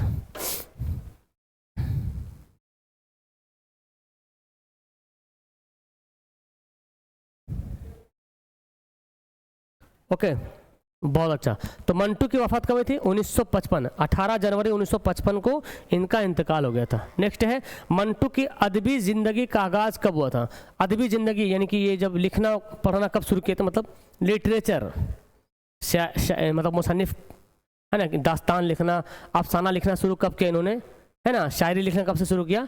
तो डेट है 1933। ये अदबी ज़िंदगी का आगाज़ हुआ था 1933 में। ठीक है, चलिए आगे बढ़ते हैं बच्चों। 43 क्वेश्चन है, मंटू का पहला अफसाना 1934 में किस उन्वान से शाये हुआ था?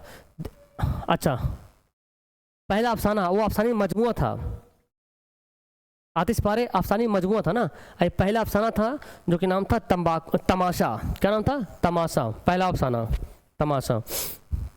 नेक्स्ट है, मंटू के किस अफसानवी मजमूए में तकसीम मुल्क का अलमिया और सियासी को निशाना बनाया गया? तो मंटू ने कौन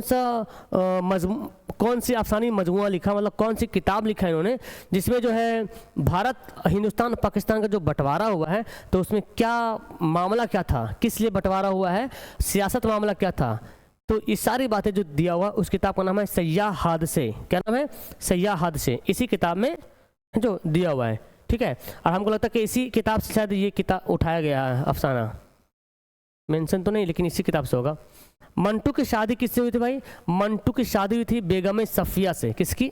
बेगम सफ़िया से इनकी शादी हुई थी। ठीक है ना, बेगम सफ़िया से। नेक्स्ट है, मंटू पाकिस्तान कब गए थे?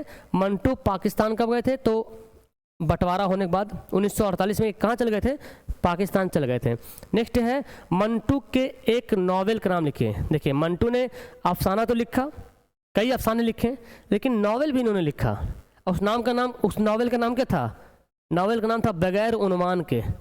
नॉवेल का नाम ही था बगैर उन्वान के, है ना, बगैर उन्वान के।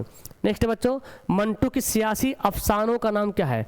देखिए, नया कानून, टूबा टेक सिंह, ये दोनों इनके सियासी अफसाने हैं। ठीक है, आगे बढ़ते हैं। मंटू की फिल्मी कहानियाँ, इन्होंने कई सारी फिल्मी कहानियाँ लिखी, इसीलिए तो ये फेमस है। फिल्में जो बहुत से इनकी कहानियों पर फिल्म बना है, अपने नगरिया, घमंडी, चल चल रे नौजवान, बेगम, पड़ोसन, शिकारी, ये सब इनकी जो है फिल्मी कहानियाँ हैं। ठीक है, आगे बढ़ते हैं। मंटू असलन क्या थे? असल में मंटू क्या थे? मंटू अफसाना भी लिखे हैं, नॉवेल भी लिखे हैं, है ना, तो शेर व शायरी भी किए हैं। तो मंटू असल में अफसाना निगार थे। इनका असल मैदान क्या था? अफसाना निगार का मैदान था। 150 में कितना बनाए? जल्दी जल्दी कमेंट करें आप सारे बच्चे। कोई दिक्कत है? इंटरनेट में दिक्कत हो रहा है क्या?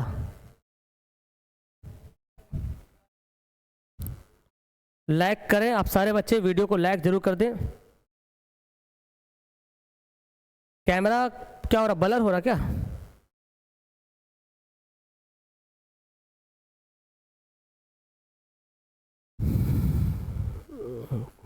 ठीक, कभी कभी होता है कैमरा ब्लर होता है, या तो इंटरनेट की वजह से होता है, कभी कभी स्लो होता है इंटरनेट, तो थोड़ा सा हो जाता है। चलिए, बेहतरीन यहाँ पे। अच्छा ठीक है जी। खुशी, सईदा, गुलफ्सा, गुलशन, साबिर, रोशनी, सरफराज, चलिए अब्दुल्ला, ओके, अर्जुन, क्या है, आरजू, कादिर, नफीस, अजहर, ओके वेरी गुड। 150 में आप लोग 140 पार कर गए ना। ठीक है, वेरी गुड। आगे बढ़ते हैं, 51 पढ़ते हैं। मंटू की ज़्यादा कहानियाँ किस पर है? मंटू ने जितनी सारी कहानियाँ लिखी उनमें से सबसे ज़्यादा कहानियाँ हैं मर्द औरत के रिश्तों पर। औरत और मर्द के बीच में क्या रिश्ता होता है, इस पर इन्होंने ज़्यादा कहानियाँ लिखा। ठीक है ना। एक अब है अगला चैप्टर है जिलानी बानो। जिलानी बानो की पैदाइश कब हुई थी? याद करेंगे, 1936 में इनकी पैदाइश हुई थी। 14 जुलाई 1936 में बदायूं में इनकी पैदाइश हुई थी। चलिए 53 क्वेश्चन पढ़ते हैं बच्चों। जिलानी बानो की पैदाइश कहाँ हुई थी? इनकी पैदाइश हुई थी बदायूं में। अब देखिए, पहले जब मैंने आपको 10th क्लास पढ़ाया था तो बेहतरीन से 10 का क्वेश्चन हमको याद हो गया था पढ़ाते पढ़ाते, अभी भी याद है। अब 12 का लगता था भाई कितना टफ है, कैसे होगा, लेकिन जब पढ़ाने लगा तो 12th का भी उसे ही याद हो गया। पढ़ाते पढ़ाते पूरा ऑब्जेक्टिव याद हो गया। थोड़ा डेट वाला क्वेश्चन में कभी कभी फंस जाते हैं, वो तो खैर इतना दिमाग तेजी नहीं है सबका। डेट वाला क्वेश्चन याद होता नहीं, कितना याद करेंगे। अपना बर्थडे याद है, मम्मी पापा को तो याद ही नहीं है, तो इसका कितना याद रखें, है ना जी। जिलानी बानो के एक अफसाने का नाम बताइए। तो इनके एक अफसाने का नाम है प्रॉमिस, जो अभी हम लोग पढ़ेंगे इस चैप्टर में दिया हुआ है, प्रॉमिस नाम का अफसाना। ओके, कई अफसाने इन्होंने लिखा लेकिन एक प्रॉमिस अफसाना उसमें था। अफसाना प्रॉमिस का मरकजी किरदार कौन है? प्रॉमिस जो अफसाना है, इसी प्रॉमिस अफसाना के जो मुसन्निफ है जिलानी बानो। प्रॉमिस अफसाना है ना, इसके लिखने वाले कौन है? जिलानी बानो है। तो उस प्रॉमिस अफसाना के मरकजी किरदार कौन है? तो अमू नाम की बूढ़ी औरत है जिसको कैंसर का मर्ज हो गया है, उसी के बारे में सारी बातें बताई गई है। नेक्स्ट है प्रॉमिस अफसाने के 2 किरदारों का नाम बताइए। इसमें कई किरदार है, यहाँ देखिए ख्वाजा बी हमीद लिखा हुआ है, हमीद, खुर्शीद, रशीद, जमशेद, फिर अमू भी है। ठीक है, ये सब जो है इनके किरदार का नाम है। नेक्स्ट बच्चों, कैंसर का मर्ज किसके सारे बदन में फैल गया था? किसको हो गया था कैंसर का मर्ज? तो बोलेंगे अमू के सारे बदन में कैंसर का मर्ज फैल गया था। ख्वाजा भी कौन थी बताएंगे? ख्वाजा भी कौन थी? तो अमू के जो चारों बेटे थे ना, जमशेद, खुर्शीद, रशीद, हमीद, चारों बेटे अपना अपना काम में बिजी हो गए थे। कोई डॉक्टर बन गया, कोई इंजीनियर बन गया, कोई नेता बन गया, ठीक है ना। तो माँ को कौन देखेगा भाई? तो इन चारों ने मिलकर कहा क्या, एक खादिमा को लाते हैं, मासी जिसको बोलते हैं, वो खिदमत करेगी, है ना, खादिमा को। लेकिन चारों बेटे गायब, अपना अपना काम में बिजी। चलिए आगे बढ़ते हैं। ग्रैंड मैम ने अपने चारों बेटों के साथ ज़िंदगी एंजॉय करने का प्रॉमिस क्यों नहीं किया? किसने कहा? तो देखो बेबी, यहाँ पे बेबी असल में बड़ी बहू है, ठीक है ना, किसी की चारों बेटा में से कोई किसी की बीवी है ना। तो उसने बोला था कि चारों बेटों के साथ एंजॉय करने का क्यों प्रॉमिस नहीं किया? ये प्रॉमिस क्यों किया कि भाई तुम जहाँ जाओ जहाँ रहो, लेकिन जब मेरी मौत हो जाए तो जनाजा में शरीक हो जाना, कांधा जरूर देना। ये क्यों प्रॉमिस किया भाई? ये क्यों नहीं किया? मतलब ये बोल रही, लेडी बोल रही है, ये क्यों नहीं प्रॉमिस किया कि चारों बेटे मेरे साथ रहना? नेक्स्ट है अमू ने अपने बेटों से क्या प्रॉमिस किया था? अमू ने क्या प्रॉमिस किया था? कि जनाजे को कांधे देने के लिए, है ना। अमू बोला था कि तुम कोई अमेरिका में काम कर रहा, कोई शिकागो में, अलग अलग जगह सब डॉक्टर इंजीनियर कर रहे हैं। हाँ, तो वो जो है ना, इतना बिजी थे कि उन्होंने जनाजा में भी शरीक नहीं हो पाया। इतना बिजी था कि जनाजा में भी शामिल नहीं हो पाया। लेकिन प्रॉमिस किया था कि जनाजा में शामिल होना है। प्रॉमिस ही रखा रह गया, कोई फ़ायदा नहीं हो पाया, ठीक है ना। अमू यासीन शरीफ पढ़िए, अल्लाह को याद कीजिए, ये किसने कही थी? तो बड़ी बहू। एक बार सब लोग आए थे, एक बार अमू की अचानक तबीयत ज़्यादा बिगड़ गई, चारों बेटे पहुंच गए थे, लेकिन फिर जाने का भी जल्दी था कि हमारा काम छूट रहा है। ये भी सोच रहे थे कि जल्दी माँ जल्दी से मर जाए, इनको दफन कफन करके निकलेंगे, ठीक है ना। तो फिर समझ रहे हैं, ऐसी औलाद है जो कि जिसने माँ ने जो है पूरा ज़िंदगी सब कुछ, पूरा जायदाद, ज़मीन जायदाद बेच बाच के सबको पढ़ा दिया, और एक माँ होकर के 4 बेटे को पाल लिया। लेकिन 4 गो बेटा जब कामयाब हो गया तो एक बूढ़ी माँ को पाल नहीं सका, है ना। प्रॉमिस रह गया। अमू दुखी क्यों थी? क्योंकि बेटों को जाते उन्होंने देख लिया था, ठीक है। नेक्स्ट है जिलानी बानो की शादी कब हुई थी? इनकी शादी हुई थी 1959 में, ठीक है ना। डॉक्टर नूर मुअज्जम शायद नाम है मेरे ख्याल से, 1959 में। नेक्स्ट है जिलानी बानो की 2 अफसानवी मजमूए का नाम बताइए। 2 किताब का नाम, जो 2 अफसानवी किताब का नाम है रात के मुसाफिर, रोज़ का किस्सा। ये 2 अफसानवी मजमूए इनकी है किताब, ठीक है। रात के मुसाफिर, रोज़ का किस्सा। नेक्स्ट है जिलानी बानो के वालिद का नाम क्या था? इनके वालिद का नाम था अल्लामा हैरत बदायूनी। तो बदायूं के रहने वाले थे, तो बदायूनी बोलेंगे, ठीक है। नेक्स्ट बच्चों, कुल हिंद कौमी हाली अवार्ड किससे नवाजा गया? तो जिलानी बालों को ये अवार्ड नवाजा गया, कुल हिंद कौमी हाली अवार्ड। नेक्स्ट है बच्चों, ईवान गज़ल और बारिश संग, बहुत फेमस नावल है जिलानी बानो का, ईवान गज़ल और बारिश संग। ये 2 नावल बहुत फेमस है, बहुत मशहूर हुआ है। तो ये दोनों नावल किसका है भाई? तो जिलानी बानो का है, याद कीजिएगा। ओके, जिलानी बानो में किस पर जिलानी बानो ने होगा, जिलानी बानो ने किस पर मोनोग्राफ लिखा? मोनोग्राफ कहते हैं मतलब छोटी सी किताब, छोटा सा नावल समझिए आप, नावल का छोटा भाई, ठीक है ना, मोनोग्राफ। तो कृष्णचंद पर इन्होंने मोनोग्राफ लिखा है। नेक्स्ट बच्चों, कि जिलानी बानो को कौन सा अवार्ड मिला। इनको देखिए बहुत सारा अवार्ड मिला, मोदी गालिब अवार्ड, कुल हिंद कौमी हाली award, Soviet land Nehru award, ये सारे अवार्ड इनको मिल चुके हैं। नेक्स्ट बच्चों, जिलानी बानो ने कहाँ तक तालीम हासिल की थी। तो आपको मालूम होना चाहिए जिलानी बानो, पता है ये बस एमए है ना, एमए तक तालीम हासिल किए थे, एमए।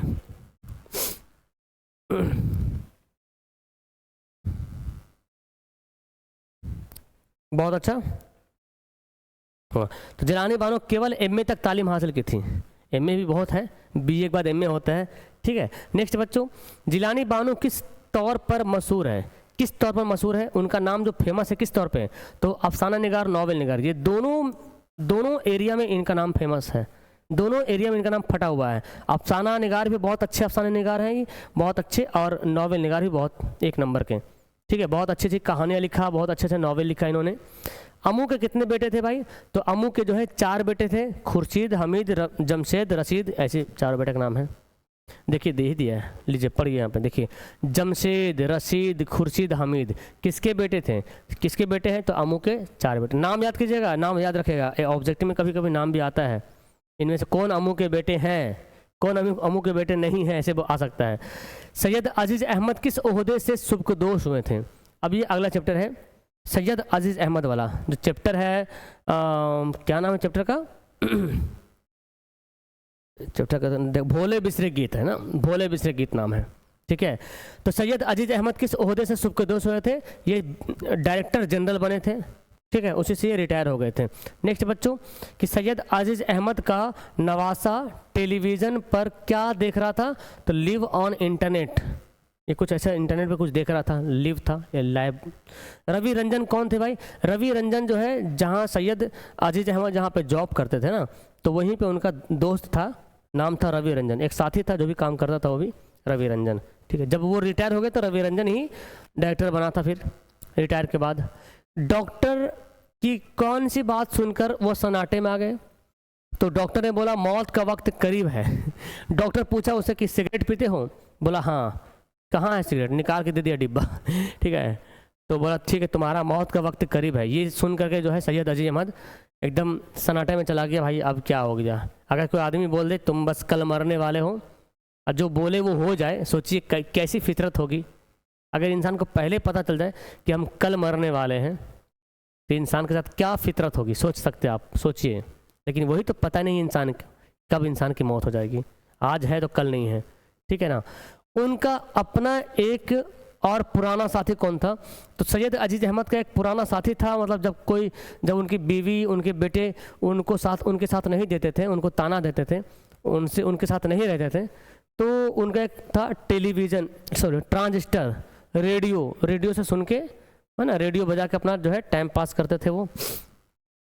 भोले बिसरे गीतों का प्रोग्राम कितने बजे ख़त्म हुआ था, बहुत फेमस क्वेश्चन है, सुबह के 7:30 बजे। नेक्स्ट बच्चों, आप डायरेक्टरी की लाश कब तक कांधों पर लिए फिरिएगा, तो ये कौन बोला, उनकी बीवी ने बोला था, ठीक है। मतलब डायरेक्टर जनरल बने तो थे लेकिन रिटायर हो गए थे, तो रिटायर के बाद तो पैसा नहीं मिलता ना, जॉब से रिटायर हो गए तो पैसा नहीं मिलता है। अब वो बस अपने आप में थे, हम तो डायरेक्टर जनरल थे, डायरेक्टरी बने हैं, डायरेक्टर जनरल के थे। लेकिन एक समय आया कि इनको भूल गया सब लोगों को इतना भी याद नहीं था कि ये डायरेक्टर जनरल भी थे। सबसे बड़ी गलती क्या थी, इन्होंने अपने नेम प्लेट नहीं लगवाया था घर के बाहर, होता ना कोई एडवोकेट बनता है, एडवोकेट फलाना, जज ढिमकाना लिखाते कि नहीं, वैसे ये नहीं लिखाए थे ठीक है, तो लोग इसको भूल गए। नेक्स्ट बच्चों, आप बहुत काबिल बड़े दानिश्वर हुआ कीजिए, आपको मादी फ़ायदा क्या हुआ, तो वही उसका बेटा बोलता कि आप बहुत बड़े काबिल हैं, दानिश्वर है, लेकिन पैसा तो आ नहीं रहा भाई ना, आप अपने आप को बोल रहे हम डायरेक्टर थे लेकिन पैसा तो नहीं आ रहा, तो माली तंगों की वजह से उनका बेटा जो है बोला था। चलिए आगे बढ़ते हैं। शफी जावेद कब पैदा हुए थे, ये शफी जावेद ही है उसके लेखक, जो भोले बिसरे गीत जो चैप्टर है उसके लेखक है शफी जावेद। तो शफी जावेद कब पैदा हुए थे,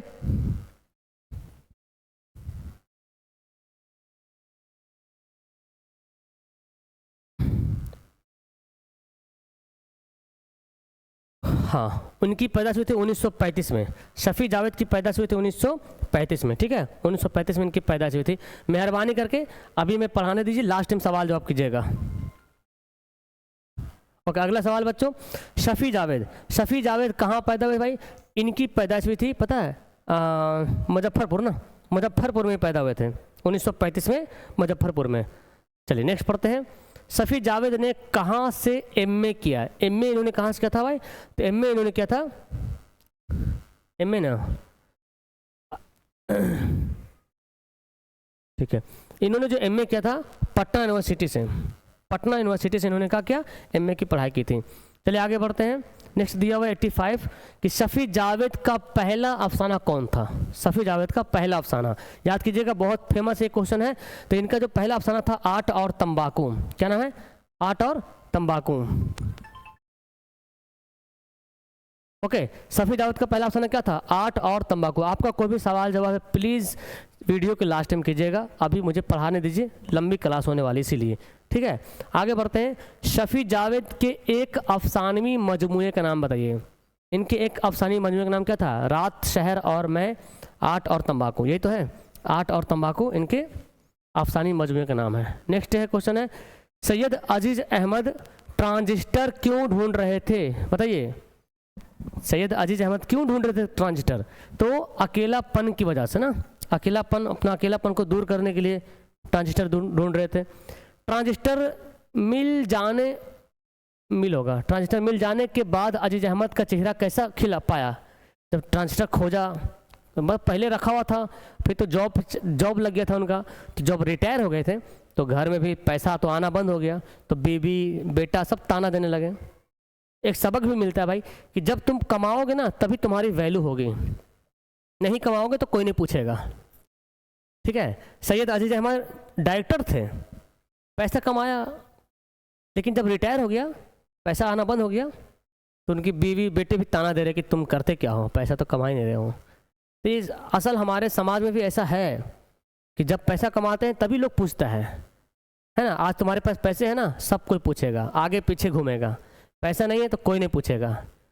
तो जब इनको ट्रांजिस्टर मिल गया तो उनका फातिहाना चमक और अबदी मुस्कुराहट, मतलब एक चेहरे पे अलग ही चमक देखने को मिला है जब ट्रांजिस्टर मिल गया था तो, ठीक है।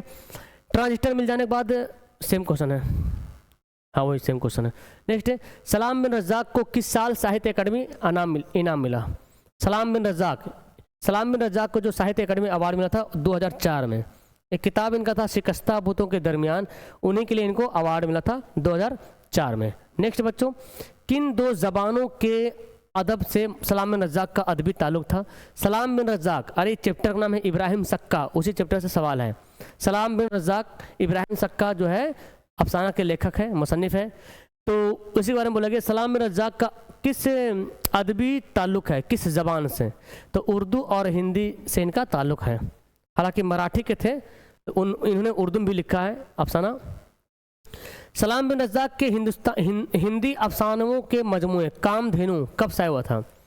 एक किताब था, एक मजमूआ था हिंदी अफसानों के मजमूए कामधेनु। ओके, कामधेनु बोलिए, कामधेनु जो कब शाया हुआ था? तो इसका डेट याद कीजिएगा 1988, ठीक है, 1988 जो है कामधेनु जो है इनका शाया हुआ था। नेक्स्ट है, इब्राहिम सक्का की तालीम कहाँ तक हुई थी भाई? इब्राहिम सक्का जो है कहाँ तक तालीम हासिल किए थे? तो वो 4th क्लास तक पढ़े थे, 4th क्लास तक, ठीक है ना। नेक्स्ट क्वेश्चन पढ़ते हैं, इब्राहिम सक्का किससे मोहब्बत करता था भाई?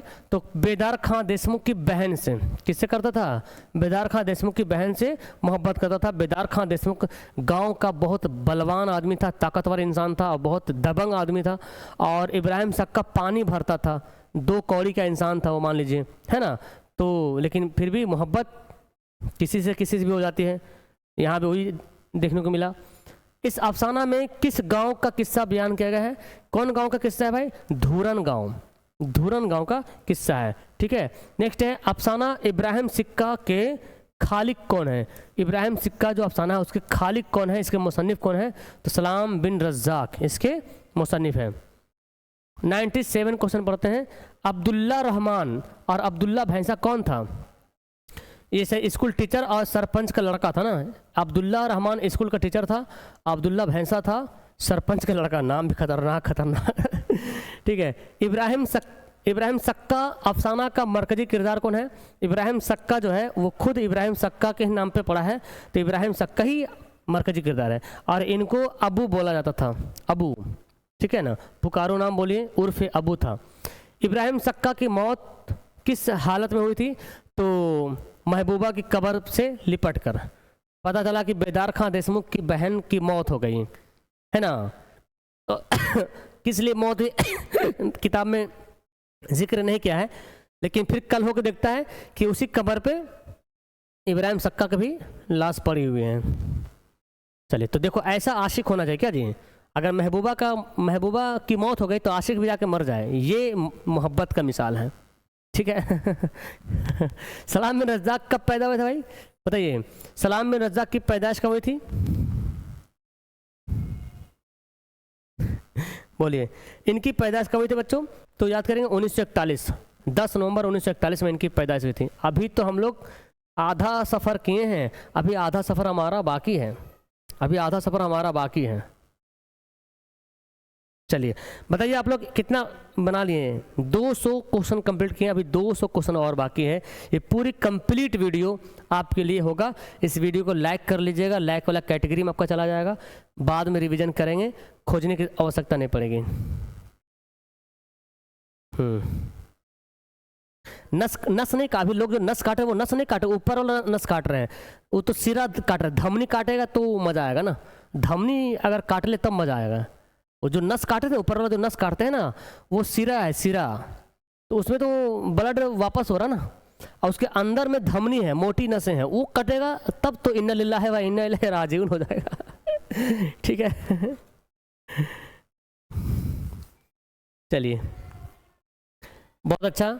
राशिद, शाहीन, रिजवान, अलीशा, नेहा, उमैर, चलिए बहुत अच्छा, बेहतरीन। तो आंसर आ गया, ठीक है। आगे बढ़ते हैं, 200 में बेहतरीन है, आगे बढ़ते हैं। सलाम बिन रज़्ज़ाक़ कहाँ पैदा हुए थे? सलाम बिन रज़्ज़ाक़ की पैदाइश हुई थी महाराष्ट्र में। ये महाराष्ट्र के रहने वाले थे। कहाँ के? महाराष्ट्र के रहने वाले थे। नेक्स्ट है बच्चों, सलाम बिन रज़्ज़ाक़ किस पेशा से जुड़े हुए थे? इनका काम क्या था? दरसो तदरीस, पढ़ाने के। तो 35 साल पढ़ाए थे वहाँ एक स्कूल में, वही धूरन गाँव के बारे में ही ये बता रहे खुद।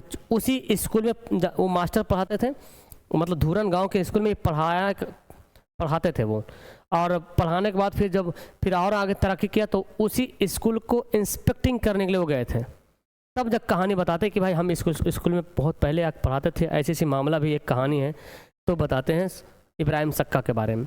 सलाम बिन रज़्ज़ाक़ का पहला अफसाना कौन था? इनका पहला अफसाना था नंगी दोपहर का सिपाही। सलाम बिन रज़्ज़ाक़ का पहला अफसाना था शिकस्ता बुतों के दरमियान, शिकस्ता बुतों के दरमियान था ये पहला अफसाना, शिकस्ता बुतों के दरमियान। नेक्स्ट बच्चों, किस किताब पर सलाम बिन रज़्ज़ाक़ को साहित्य अकादमी अवार्ड मिला? तो शिकस्ता बुतों के दरमियान जब लिखा था ना, इसी पे इसको अवार्ड मिला था 2004 में, साहित्य अकादमी अवार्ड मिला था 2004 में इसी किताब पर। नेक्स्ट बच्चों, अगला सवाल है, सलाम बिन रज़्ज़ाक़ पर लिखा गया, सलाम बिन रज़्ज़ाक़ का पहला अफसाना कब शाया हुआ था? पहला अफसाना बोलिए। इनका पहला अफसाना 1964 में शाया हुआ था, 1964 में। Okay, very good. आगे बढ़ते प्यारे बच्चों, शिकस्ता बुतों के दरमियान कब शाया हुआ था? शिकस्ता बुतों के दरमियान जो है ये अफसाना कब पब्लिश हुआ था? बोलिए।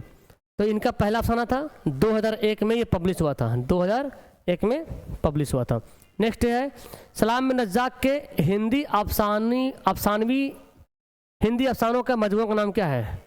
कामधेनु, यही तो है, कामधेनु हिंदी है, हिंदी अफसाना है कामधेनु, ठीक है। नेक्स्ट है, सलाम बिन रज़्ज़ाक़ को किस साल साहित्य अकादमी का तर्जुमा अवार्ड मिला? तर्जुमा अवार्ड भी मिला था एक बार साहित्य अकादमी अवार्ड भी मिला, अलग है दोनों, ठीक है ना। तो तर्जुमा अवार्ड याद करेंगे 1998 में, 1998 में इनको तर्जुमा अवार्ड मिला था। नेक्स्ट बच्चों, कि अफसाना इब्राहिम सक्का के मुसन्निफ कौन है? तो सलाम बिन रज़्ज़ाक़ जो है इसके मुसन्निफ है। नेक्स्ट सवाल है, गुब्बारे खातिर, अगला चैप्टर आ गया बागो बहार, गुब्बारे खातिर। अबुल कलाम आज़ाद, बेहतरीन चैप्टर है, बहुत सारे सवाल बनते हैं, इससे ध्यान से पढ़ेंगे। गुब्बारे खातिर किस ज़माने की तसनीफ़ है, बताइए कब ये लिखी गई है। ओके, तो आपको मालूम होगा अबुल कलाम आज़ाद के बारे में, जो कि तहरीक हिंद, तहरीक आज़ादी में इन्होंने बहुत ज़्यादा अपना योगदान दिया। तो 1942 से 43 के दौरान ये जो है किताब जो है लिखा गया है, 42 से 43 के दौरान, ठीक है ना। गुब्बारे खातिर में कितने खतूत हैं, तो ये जो क्वेश्चन है ना, ये अपने कहकशां किताब के अनुसार से है। वैसे गुब्बारे खातिर जो है खतों की किताब है, इसमें टोटल जो है 24 खतूत है। कितने? 24 खतूत हैं, लेकिन हमारे कहकशां किताब में 3 है। कहकशां किताब में केवल 3 खत का जिक्र है।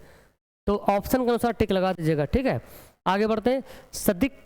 सिद्दीक मुकर्रम कौन थे, तो हबीबुर रहमान खान शेरवानी, इन्हीं को वो खत लिखा करते थे अबुल कलाम आज़ाद, जेल में बैठ करके, जेल में रह कर 44 महीने जेल में रहे थे, वहीं से इन्होंने खत लिखा था, ठीक है। नेक्स्ट बच्चों, गुब्बारे खातिर के खतूत किस जेल से लिखे गए थे, नाम था अहमदनगर जेल। क्या नाम था? किला अहमदनगर, उसी जेल से खत लिखा गया था। मौलाना आज़ाद की तफसीर का नाम बताइए, इन्होंने कौन सी किताब लिखी? तर्जुमानुल कुरान, तफसीरुल कुरान, तफहीमुल कुरान, तो तर्जुमानुल कुरान। तो मौलाना अबुल कलाम आज़ाद ऐसे शख्स का नाम है जो केवल हिंदुस्तान की आज़ादी में इन्होंने साथ नहीं दिया, बल्कि कई किताबें लिखी हैं, कई सारी किताबें इन्होंने लिखा जो आज भी फेमस हैं, है ना। इंडिया विंस फ्रीडम, और देखिए तर्जुमानुल कुरान। नेक्स्ट है मौलाना आज़ाद की किताब, देखिए इंडिया विंस फ्रीडम किस ज़बान में है? इंडिया विंस फ्रीडम, ये नाम से पता चल रहा है ना, इंग्लिश ज़बान में होगा जी। तो आगे बढ़ते हैं।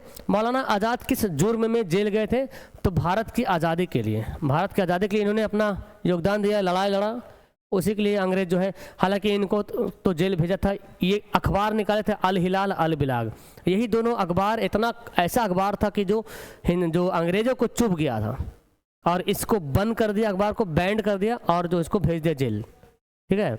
नेक्स्ट है मौलाना आज़ाद पहली बार किस उम्र में कांग्रेस के सदर बने थे, तो वहाँ जब जेल से जब बाहर हुए तो हाँ, तो 23 बरस के थे, नहीं सॉरी, किस उम्र में? 35 बरस के थे जब वो कांग्रेस के सदर बने थे, पहले और कम उम्र के सदर। सबसे पहले कम उम्र वाले जो यही बने थे मौलाना अबुल कलाम आज़ाद। मौलाना आज़ाद ने रिसाला लिसानुल सिद्द के कितनी उम्र में जारी किया? एक अखबार का नाम है लिसानुल सिद्द के, 15 बरस की उम्र में, 15 साल के थे तो इन्होंने अखबार लिख दिया। समझ सकते हैं, सोचने समझने की क्या क्षमता होगी इनके अंदर, है ना। 15 साल के थे तभी इन्होंने लिसानुल सिद्द के नाम का रिसाला जारी कर दिया। और आज हम लोग क्या कर रहे हैं? हम लोग बस ABCD कर रहे हैं, लेकिन देखिए क्या किए इन्होंने। तो कहीं ना कहीं घरेलू भी माहौल का बहुत ज़्यादा असर है, और हमारे संगत का भी असर है, हमारे ख़ानदान का भी असर है, ठीक है ना। नेक्स्ट बच्चों, मौलाना आज़ाद कौन सी चाय पीते थे, तो वो खत में लिखते हैं कि हमें जो है बग़ैर दूध वाली चाय हमें ज़्यादा पसंद हमें, ठीक है। मौलाना आज़ाद का असल नाम क्या था? इनका असल नाम था मोहीउद्दीन। क्या नाम था? मोहीउद्दीन अहमद नाम था, ओके। मौलाना आज़ाद की पैदाइश कहाँ हुई थी? इनकी पैदाइश याद करेंगे मक्का मुकर्रमा में, मक्का मुकर्रमा में इनकी पैदाइश हुई थी, मक्का शरीफ में, ठीक है। नेक्स्ट है इनकी पैदाइश कब हुई थी बच्चों? ओके, मौलाना आज़ाद की पैदाइश कब हुई थी? तो 1888 में मक्का शरीफ में पैदा हुए थे, 1888 में। नेक्स्ट बच्चों, मौलाना आज़ाद के वालिद का नाम क्या था? इनके वालिद का नाम था मौलाना खैरुद्दीन, मौलाना खैरुद्दीन वालिद का नाम था। चलिए 24, मौलाना आज़ाद कब अपने वालिद के साथ कलकत्ता आ गए थे?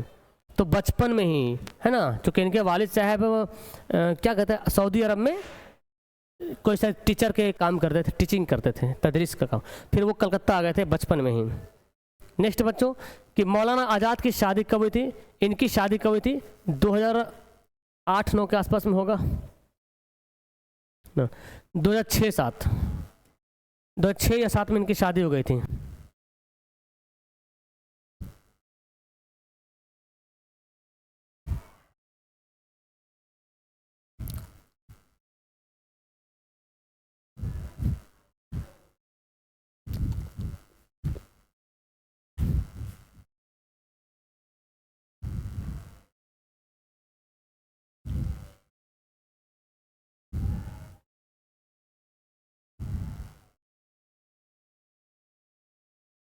हाँ ठीक है, 2006-7 डेट ऐसी 6-7 की किताब में दिया, 6-7 में इनकी शादी हो गई थी जुलेखा बेगम नाम की औरत से, लड़की से, सॉरी जुलेखा बेगम से दिया हुआ। मौलाना आज़ाद की शादी जो है किससे हुई थी, तो जुलेखा बेगम से, जुलेखा बेगम से इनकी शादी हुई थी। नेक्स्ट बच्चों, अल हिलाल अखबार आज़ाद ने कब निकाला, अल हिलाल अल बिलाग, 2 अखबार का नाम याद करेंगे, अल हिलाल अल बिलाग, ठीक है ना। तो अल हिलाल नाम का अखबार कब निकाला, 1912 में, 1912 में इन्होंने अल हिलाल नाम का अखबार निकाला था, ठीक है। उसके बाद अल हिलाल को जो है बैन कर दिया था, तो अल हिलाल के बाद अल बिलाग अखबार निकाला था, ठीक है ना, वो है 1915-16 के दरमियान अल बिलाग, ठीक है ना। तो अंग्रेज़ों ने अल हिलाल को बैन कर दिया क्योंकि ये अंग्रेज़ के खिलाफ उसमें बातें लिखी जाती थी, अखबार में छपता था, तो अंग्रेज़ों ने फिर उसको बंद किया। तो अब मौलाना आज़ाद ने अल बिलाग नाम का अखबार निकाला, तो इसको ही बंद कर दिया और लास्ट में इसको जो है तर्क वतन कर दिया, जेल भेज दिया। मौलाना आज़ाद कितने महीने रांची में नज़रबंद रहे, वही रांची के जेल था अहमदनगर, रांची का ही जेल है अहमदनगर। कितने महीने थे, 44 महीने जेल में रहते हैं, 44 महीने, ठीक है, 44 महीने जेल में रहते हैं। आगे बढ़ते हैं, मौलाना आज़ाद को हिंदुस्तान के किस शोबे के वजीर बनाए गए हैं,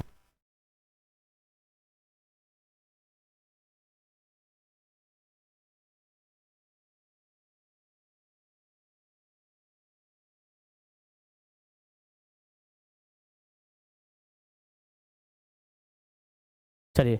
तो मौलाना आज़ाद को हिंदुस्तान के किस शोबे के वजीर बनाए गए थे, तो ये बने थे वजीर तालीम, हिंदुस्तान के पहले शिक्षा मंत्री, है ना, अबुल कलाम आज़ाद। नेक्स्ट पढ़ते हैं, हिंदुस्तान के पहले वजीर तालीम कौन थे बाबू, देखिए बहुत खास क्वेश्चन है ये, तो मौलाना आज़ाद, खास क्वेश्चन, मौलाना आज़ाद, ठीक है। नेक्स्ट बच्चों कि मौलाना आज़ाद की वफ़ात कब हुई थी, इनका इंतकाल कब हुआ था, सारे बच्चे बताएंगे इनका इंतकाल कब हुआ था, ठीक है। इनका इंतकाल हुआ था 1958 में, 22 फरवरी 1958 में इनका इंतकाल, 1888 में पैदा हुए थे, 1958 में इंतकाल हो गया, तो हल्का से मैच कर रहा, 88-58, ठीक है ना। चलिए आगे बढ़ते हैं, मौलाना आज़ाद कब कांग्रेस के सदर बने थे, कांग्रेस के सदर कब बने थे, 1923 में, 1923 में कांग्रेस के सदर बने थे। सबसे कम उम्र वाले सदर यही बने थे पहली बार, 35 साल की उम्र में, ठीक है। कांग्रेस के सबसे कम उम्र के सदर कौन थे, है ना, कांग्रेस के सबसे कम उम्र वाले सदर कौन थे, यानी कि जो क्या बोलते अध्यक्ष बोलते हैं ना उसको, प्रेसिडेंट, मौलाना आज़ाद। नेक्स्ट बच्चों, कांग्रेस के सबसे ज़्यादा बरस तक कौन सदर रहे, सबसे कम उम्र के भी थे और सबसे ज़्यादा बरस तक सदर बने रहे थे मौलाना आज़ाद, ठीक है। आगे बढ़ते हैं, मौलाना आज़ाद का तारीखी नाम क्या था, इनका तारीखी नाम अलग है, क्या नाम था, फिरोज़ बख्त।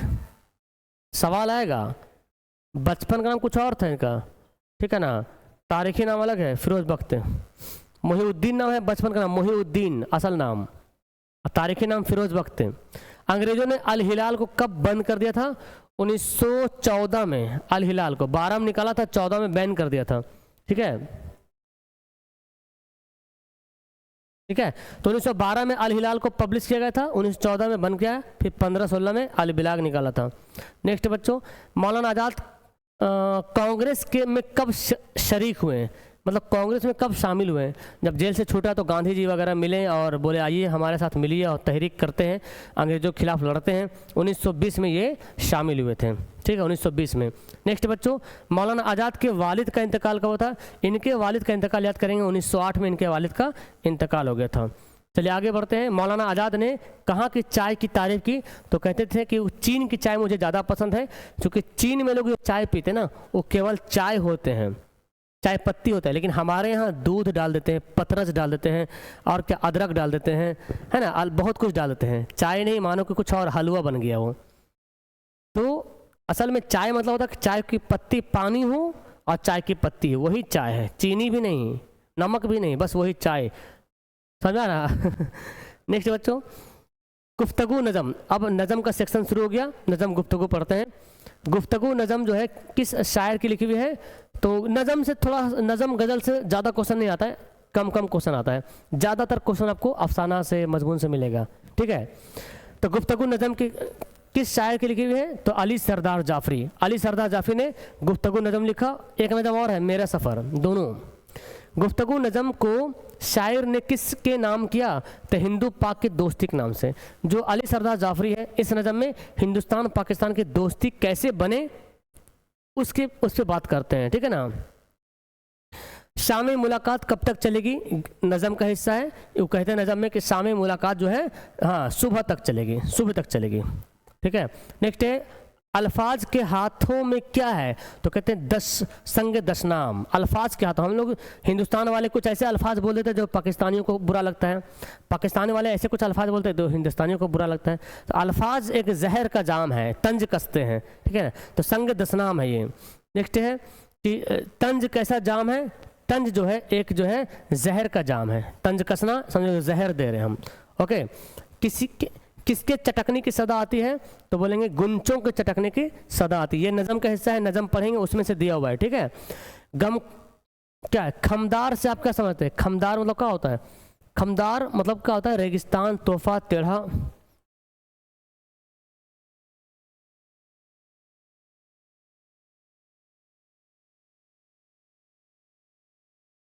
ओके, खमदार मतलब होता है टेढ़ा, ठीक है ना। खमदार मतलब क्या होता है?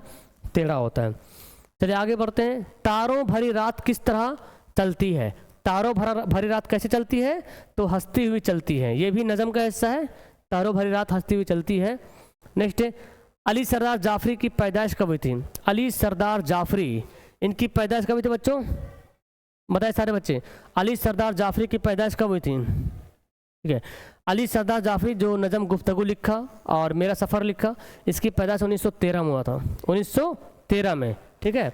अली सरदार जाफरी की पैदाइश कहाँ हुई थी? ये हुए थे यूपी के बलरामपुर में। यूपी में एक जगह है बलरामपुर, वहीं ये पैदा हुए थे, ओके। अली सरदार जाफरी के अफसानों का मजमुआ मंजिल कब शाये हुआ? इनके एक अफसानों की किताब है मंजिल। मंजिल जो कब शाये हुआ था? तो 1938 बोलता है, 1938 में ये शाये हुआ था, 1938 में। नेक्स्ट है अली सरदार जाफरी ने तरक्की पसंद अदब के उन्वान से कब किताब लिखी? एक किताब भी लिखा, तरक्की पसंद अदब। तो ये किताब इन्होंने कब लिखा? तो यहाँ पर डेट जो दिया हुआ है नीचे है इसका आंसर, 1953 में। 1953 में ये किताब इन्होंने लिखा, 1953 में, ठीक है। अली सरदार जाफरी को पद्मश्री अवार्ड कब मिला? पद्मश्री अवार्ड, इनको भी अवार्ड मिला है। जो लेखक होते हैं ना, पद्म भूषण, पद्मश्री, साहित्य अकादमी, ये सब अवार्ड इनको मिलता है, ठीक है ना। तो इनको जो पद्मश्री अवार्ड मिला था 1927 में, 1927 में मिला था। अली सरदार जाफरी का इंतकाल कब हुआ था बच्चों? इनका इंतकाल कब हुआ था? ओके, सारे बच्चे बताएंगे। इनका इंतकाल हुआ था 2000 ईस्वी में, 2000 ईस्वी में इंतकाल हुआ था। आगे बढ़ते हैं। मेरा सफ़र नज़म किसकी तहरीर है? मेरा सफ़र जो नज़म है वो किसने लिखा? अली सरदार जाफरी ने लिखा। अली सरदार जाफरी की 2 नज़मों के नाम बताएं। एशिया जाग उठा, नई दुनिया को सलाम, यही 2 नज़म जो है इनका है। तवील नज़में भी है। अली सरदार जाफरी को ज्ञानपीठ अवार्ड कब मिला? देखिए एक अवार्ड है ज्ञानपीठ अवार्ड, ये भी साहित्य के क्षेत्र में मिलता है, ओके। कब मिला था? तो बोलेंगे 1997 में। 1997 में इनको ज्ञानपीठ अवार्ड मिला था। अली सरदार जाफरी को 97 में मिला था, ठीक है। अली सरदार जाफरी का ताल्लुक किस तहरीक से है? तो इनका तहरीक है तरक्की पसंद तहरीक, है ना। तरक्की पसंद तहरीक से इनका ताल्लुक है बच्चों। नेक्स्ट, आँखों के दिए कब बुझ जाते हैं? ये नज़म मेरा सफ़र जो है उसमें कहते हैं कि आँखों के दिए कब बुझ जाते हैं? तो मौत के बाद, जब मौत आती है तो इंसान की आँखों की रोशनी भी चली जाती है, ठीक है।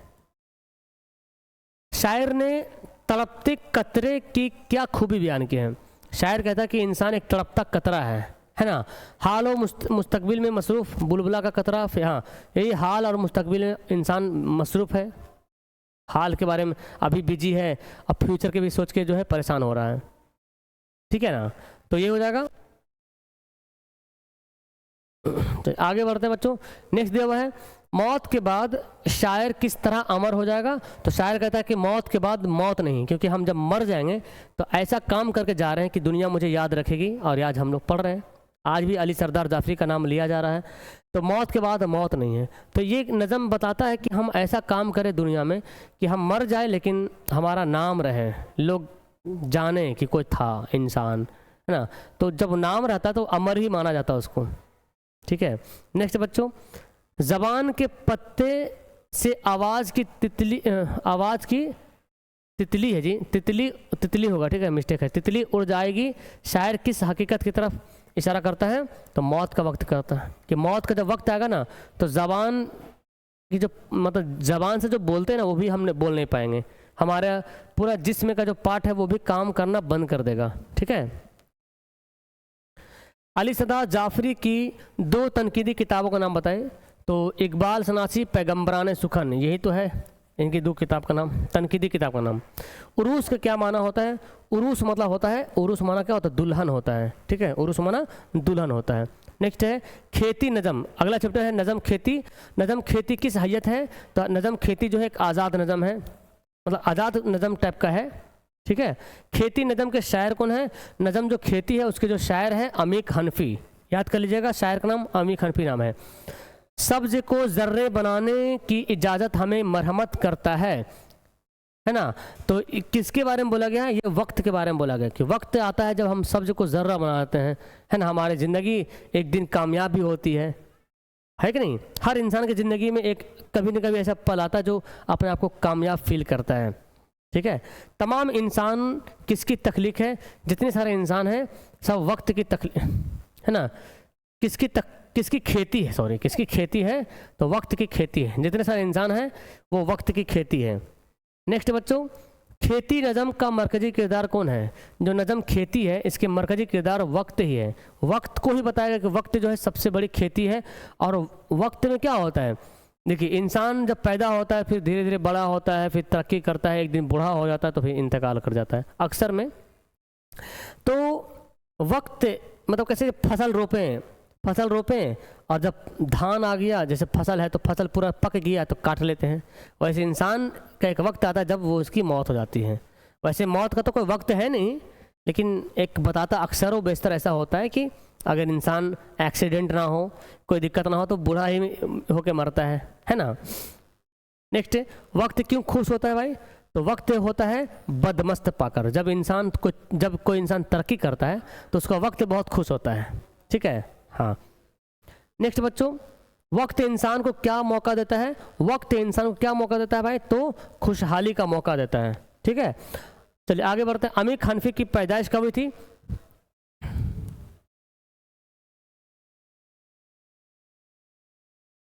सारे बच्चे बताएंगे।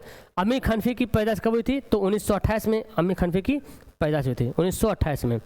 अमीर हनफी की पैदाइश कहाँ हुई थी? ये शायद इंदौर में पैदा हुए थे, इंदौर में, ठीक है ना। इंदौर क्या नाम है, एमपी, मध्य प्रदेश में पड़ता ना, इंदौर शायद। नेक्स्ट बच्चों, अमीर हनफी का असल नाम क्या था? चलिए सारे बच्चे बताएंगे। अमीर हनफी का असल नाम क्या था? अमीर हनफी का जो असल नाम था अब्दुल अजीज़ हनफी, ये इनका असल नाम था, ओके। अमीर हनफी का इंतकाल कब था? इंतकाल का डेट बताएंगे आप लोग। इंतकाल इनका कब हुआ था? 1988 भाई, 1888 तो पढ़े थे, उनका पैदाइश का था, 1988 में इंतकाल हुए थे। अमीर हनफी का पहला मजमूआ कौन था? सिंदबाद संग पैरहन शहजादा संग पैरहन, है ना, इनका पहला मजमूआ था। अमीर हनफी का पहला मजमूआ कौन था? संगे पैरहन। नेक्स्ट बच्चों, अमीर हनफी का एक तवील नज़म कौन है? तवील, बहुत लंबी चौड़ी नज़म है, उसका नाम है सिंदबाद, ठीक है। सिंदबाद इनका जो है तवील नज़म का नाम है, ठीक है। डेट पर भी वीडियो ला देंगे, और एक वीडियो डेट पर लाएंगे, ठीक है, डेट पर ला देंगे। अमीर हनफी की ऑल इंडिया रेडियो में उनकी हैसियत क्या थी? तो अमीर हनफी ऑल इंडिया रेडियो में जॉब करते थे, मुलाजमत करते थे, स्टेशन डायरेक्टर थे वो, ठीक है। जरी मतलब क्या होता है? जरी मतलब होता है सुनहरा, जिसको सोना कहते हैं, जरी मतलब सोना, सुनहरा होता है। अमीर हनफी किस मौजू में एमए के थे? तारीखी और सियासत के मौजू पर, इतिहास और राजनीतिक विज्ञान में इन्होंने एमए किया था, ठीक है। अमीर हनफी का इंतकाल कहाँ हुआ था? इनका इंतकाल आई थिंक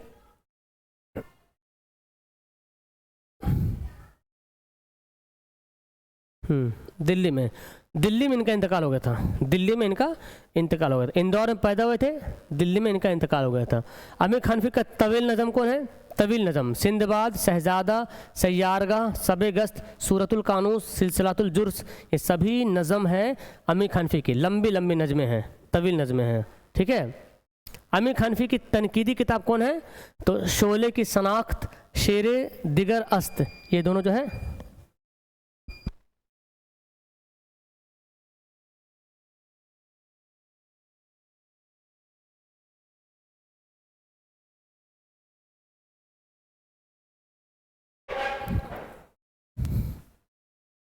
ओके।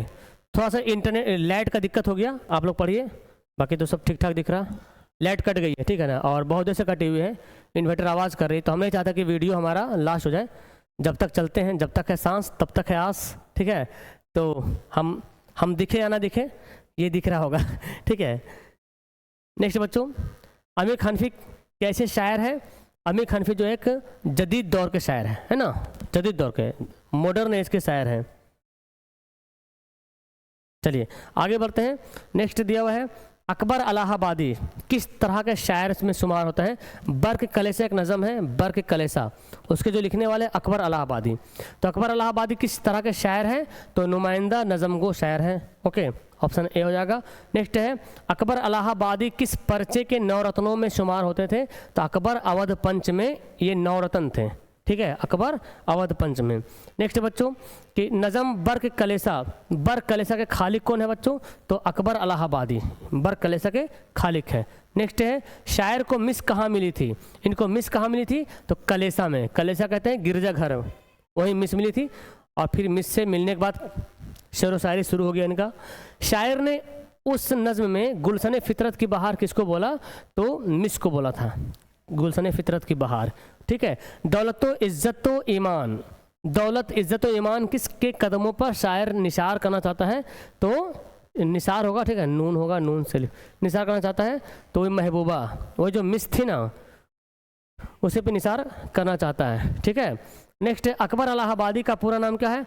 इनका अकबर इलाहाबादी का पूरा नाम, ठीक है,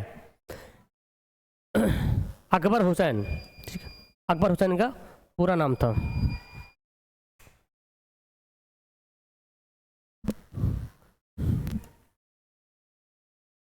अकबर इलाहाबादी की पैदाइश कब हुई थी? चल थोड़ा जल्दी जल्दी करते हैं, लग रहा है 400 नहीं पढ़ा पाएंगे शायद यार, क्योंकि बैटरी बहुत ज़्यादा डाउन हो रहा, फिर बंद हो जाएगा पूरा। ठीक है, इनकी पैदाइश हुई थी 1845 में। ठीक है। नेक्स्ट बच्चों कि अकबर इलाहाबादी की पैदाइश कहाँ हुई थी? इनकी पैदाइश हुई थी इलाहाबाद में। ठीक है, इलाहाबाद में पैदा हुए थे। नेक्स्ट बच्चों अकबर इलाहाबादी के वालिद कौन थे? सैयद फजल मोहम्मद, ठीक है ना, सैयद फजल मोहम्मद इनके जो है वालिद साहब थे। ओके, आगे बढ़ते हैं। अकबर इलाहाबादी को खां बहादुर का खिताब कब मिला था? खां बहादुर का खिताब मिला था अकबर इलाहाबादी को 1898 में। ठीक है ना, खां बहादुर इसको बोला जाता था अकबर इलाहाबादी को। नेक्स्ट है अकबर इलाहाबादी की अहलिया का इंतकाल कब हुआ था? अहलिया का इंतकाल हुआ था 1910 में। 1910 में इनकी बीवी का इंतकाल हो गया था। ठीक है। अकबर इलाहाबादी के लड़के हासिम की कितनी उम्र थी? हासिम जो है ना 13 साल के थे ना, 13 बरस के हासिम थे, और उनका इंतकाल हो गया था हासिम का। ठीक है। नेक्स्ट है अकबर इलाहाबादी किस तरह के शायरी के सबसे मशहूर है? तो ज़रीफ़ाना शायरी में ये फेमस है। ओके। नेक्स्ट है अकबर इलाहाबादी का इंतकाल कब हुआ था? अकबर इलाहाबादी का इंतकाल याद करेंगे 1921 में इनका इंतकाल हो गया था, 1921 में। ठीक है। नेक्स्ट है मुत्शायर की नज़र में गमखार कौन है? तो पैरोडी निगार। टोटल 300 क्वेश्चन यहाँ पे कंप्लीट हुआ बाबू, तो मुझे माफ़ करना, लाइट बहुत देर से कटी हुई है। ठीक है ना, लाइट बहुत देर से कटी हुई है, और हम चाहते थे कि पूरा वीडियो पढ़ाए, लेकिन जो है लाइट कटी हुई है बहुत देर से। इन्वर्टर भी पूरा आवाज़ कर दिया है, अपना संकेत दे दिया भाई आप बंद होने वाले हैं। ठीक है ना, तो इस वीडियो को हम यहीं पे लास्ट करते हैं, वरना बीच में ही वीडियो कट जाएगा। मैंने पूरा लाइट वाइट बंद कर दिया, आप देख ही रहे हैं मैं कलुआ सा दिख रहा हूँ। ठीक है ना तो फिर किसी और दिन टाइम मिलेगा तो हम आपको पूरा करवाएंगे। ठीक है, हाँ, तो फिलहाल अभी यहीं पे रखते हैं। चलिए ठीक है, तो चूंकि लाइट है कट गया, अब बीच में बस कुछ देर में लाइट कट जाएगी, पूरा बंद हो जाएगा, तो हम लाइव भी नहीं काट पाएंगे। ठीक है, तो अभी फिलहाल यहीं पे क्लास को लास्ट करते हैं, मिलते हैं नेक्स्ट वीडियो में। ओके।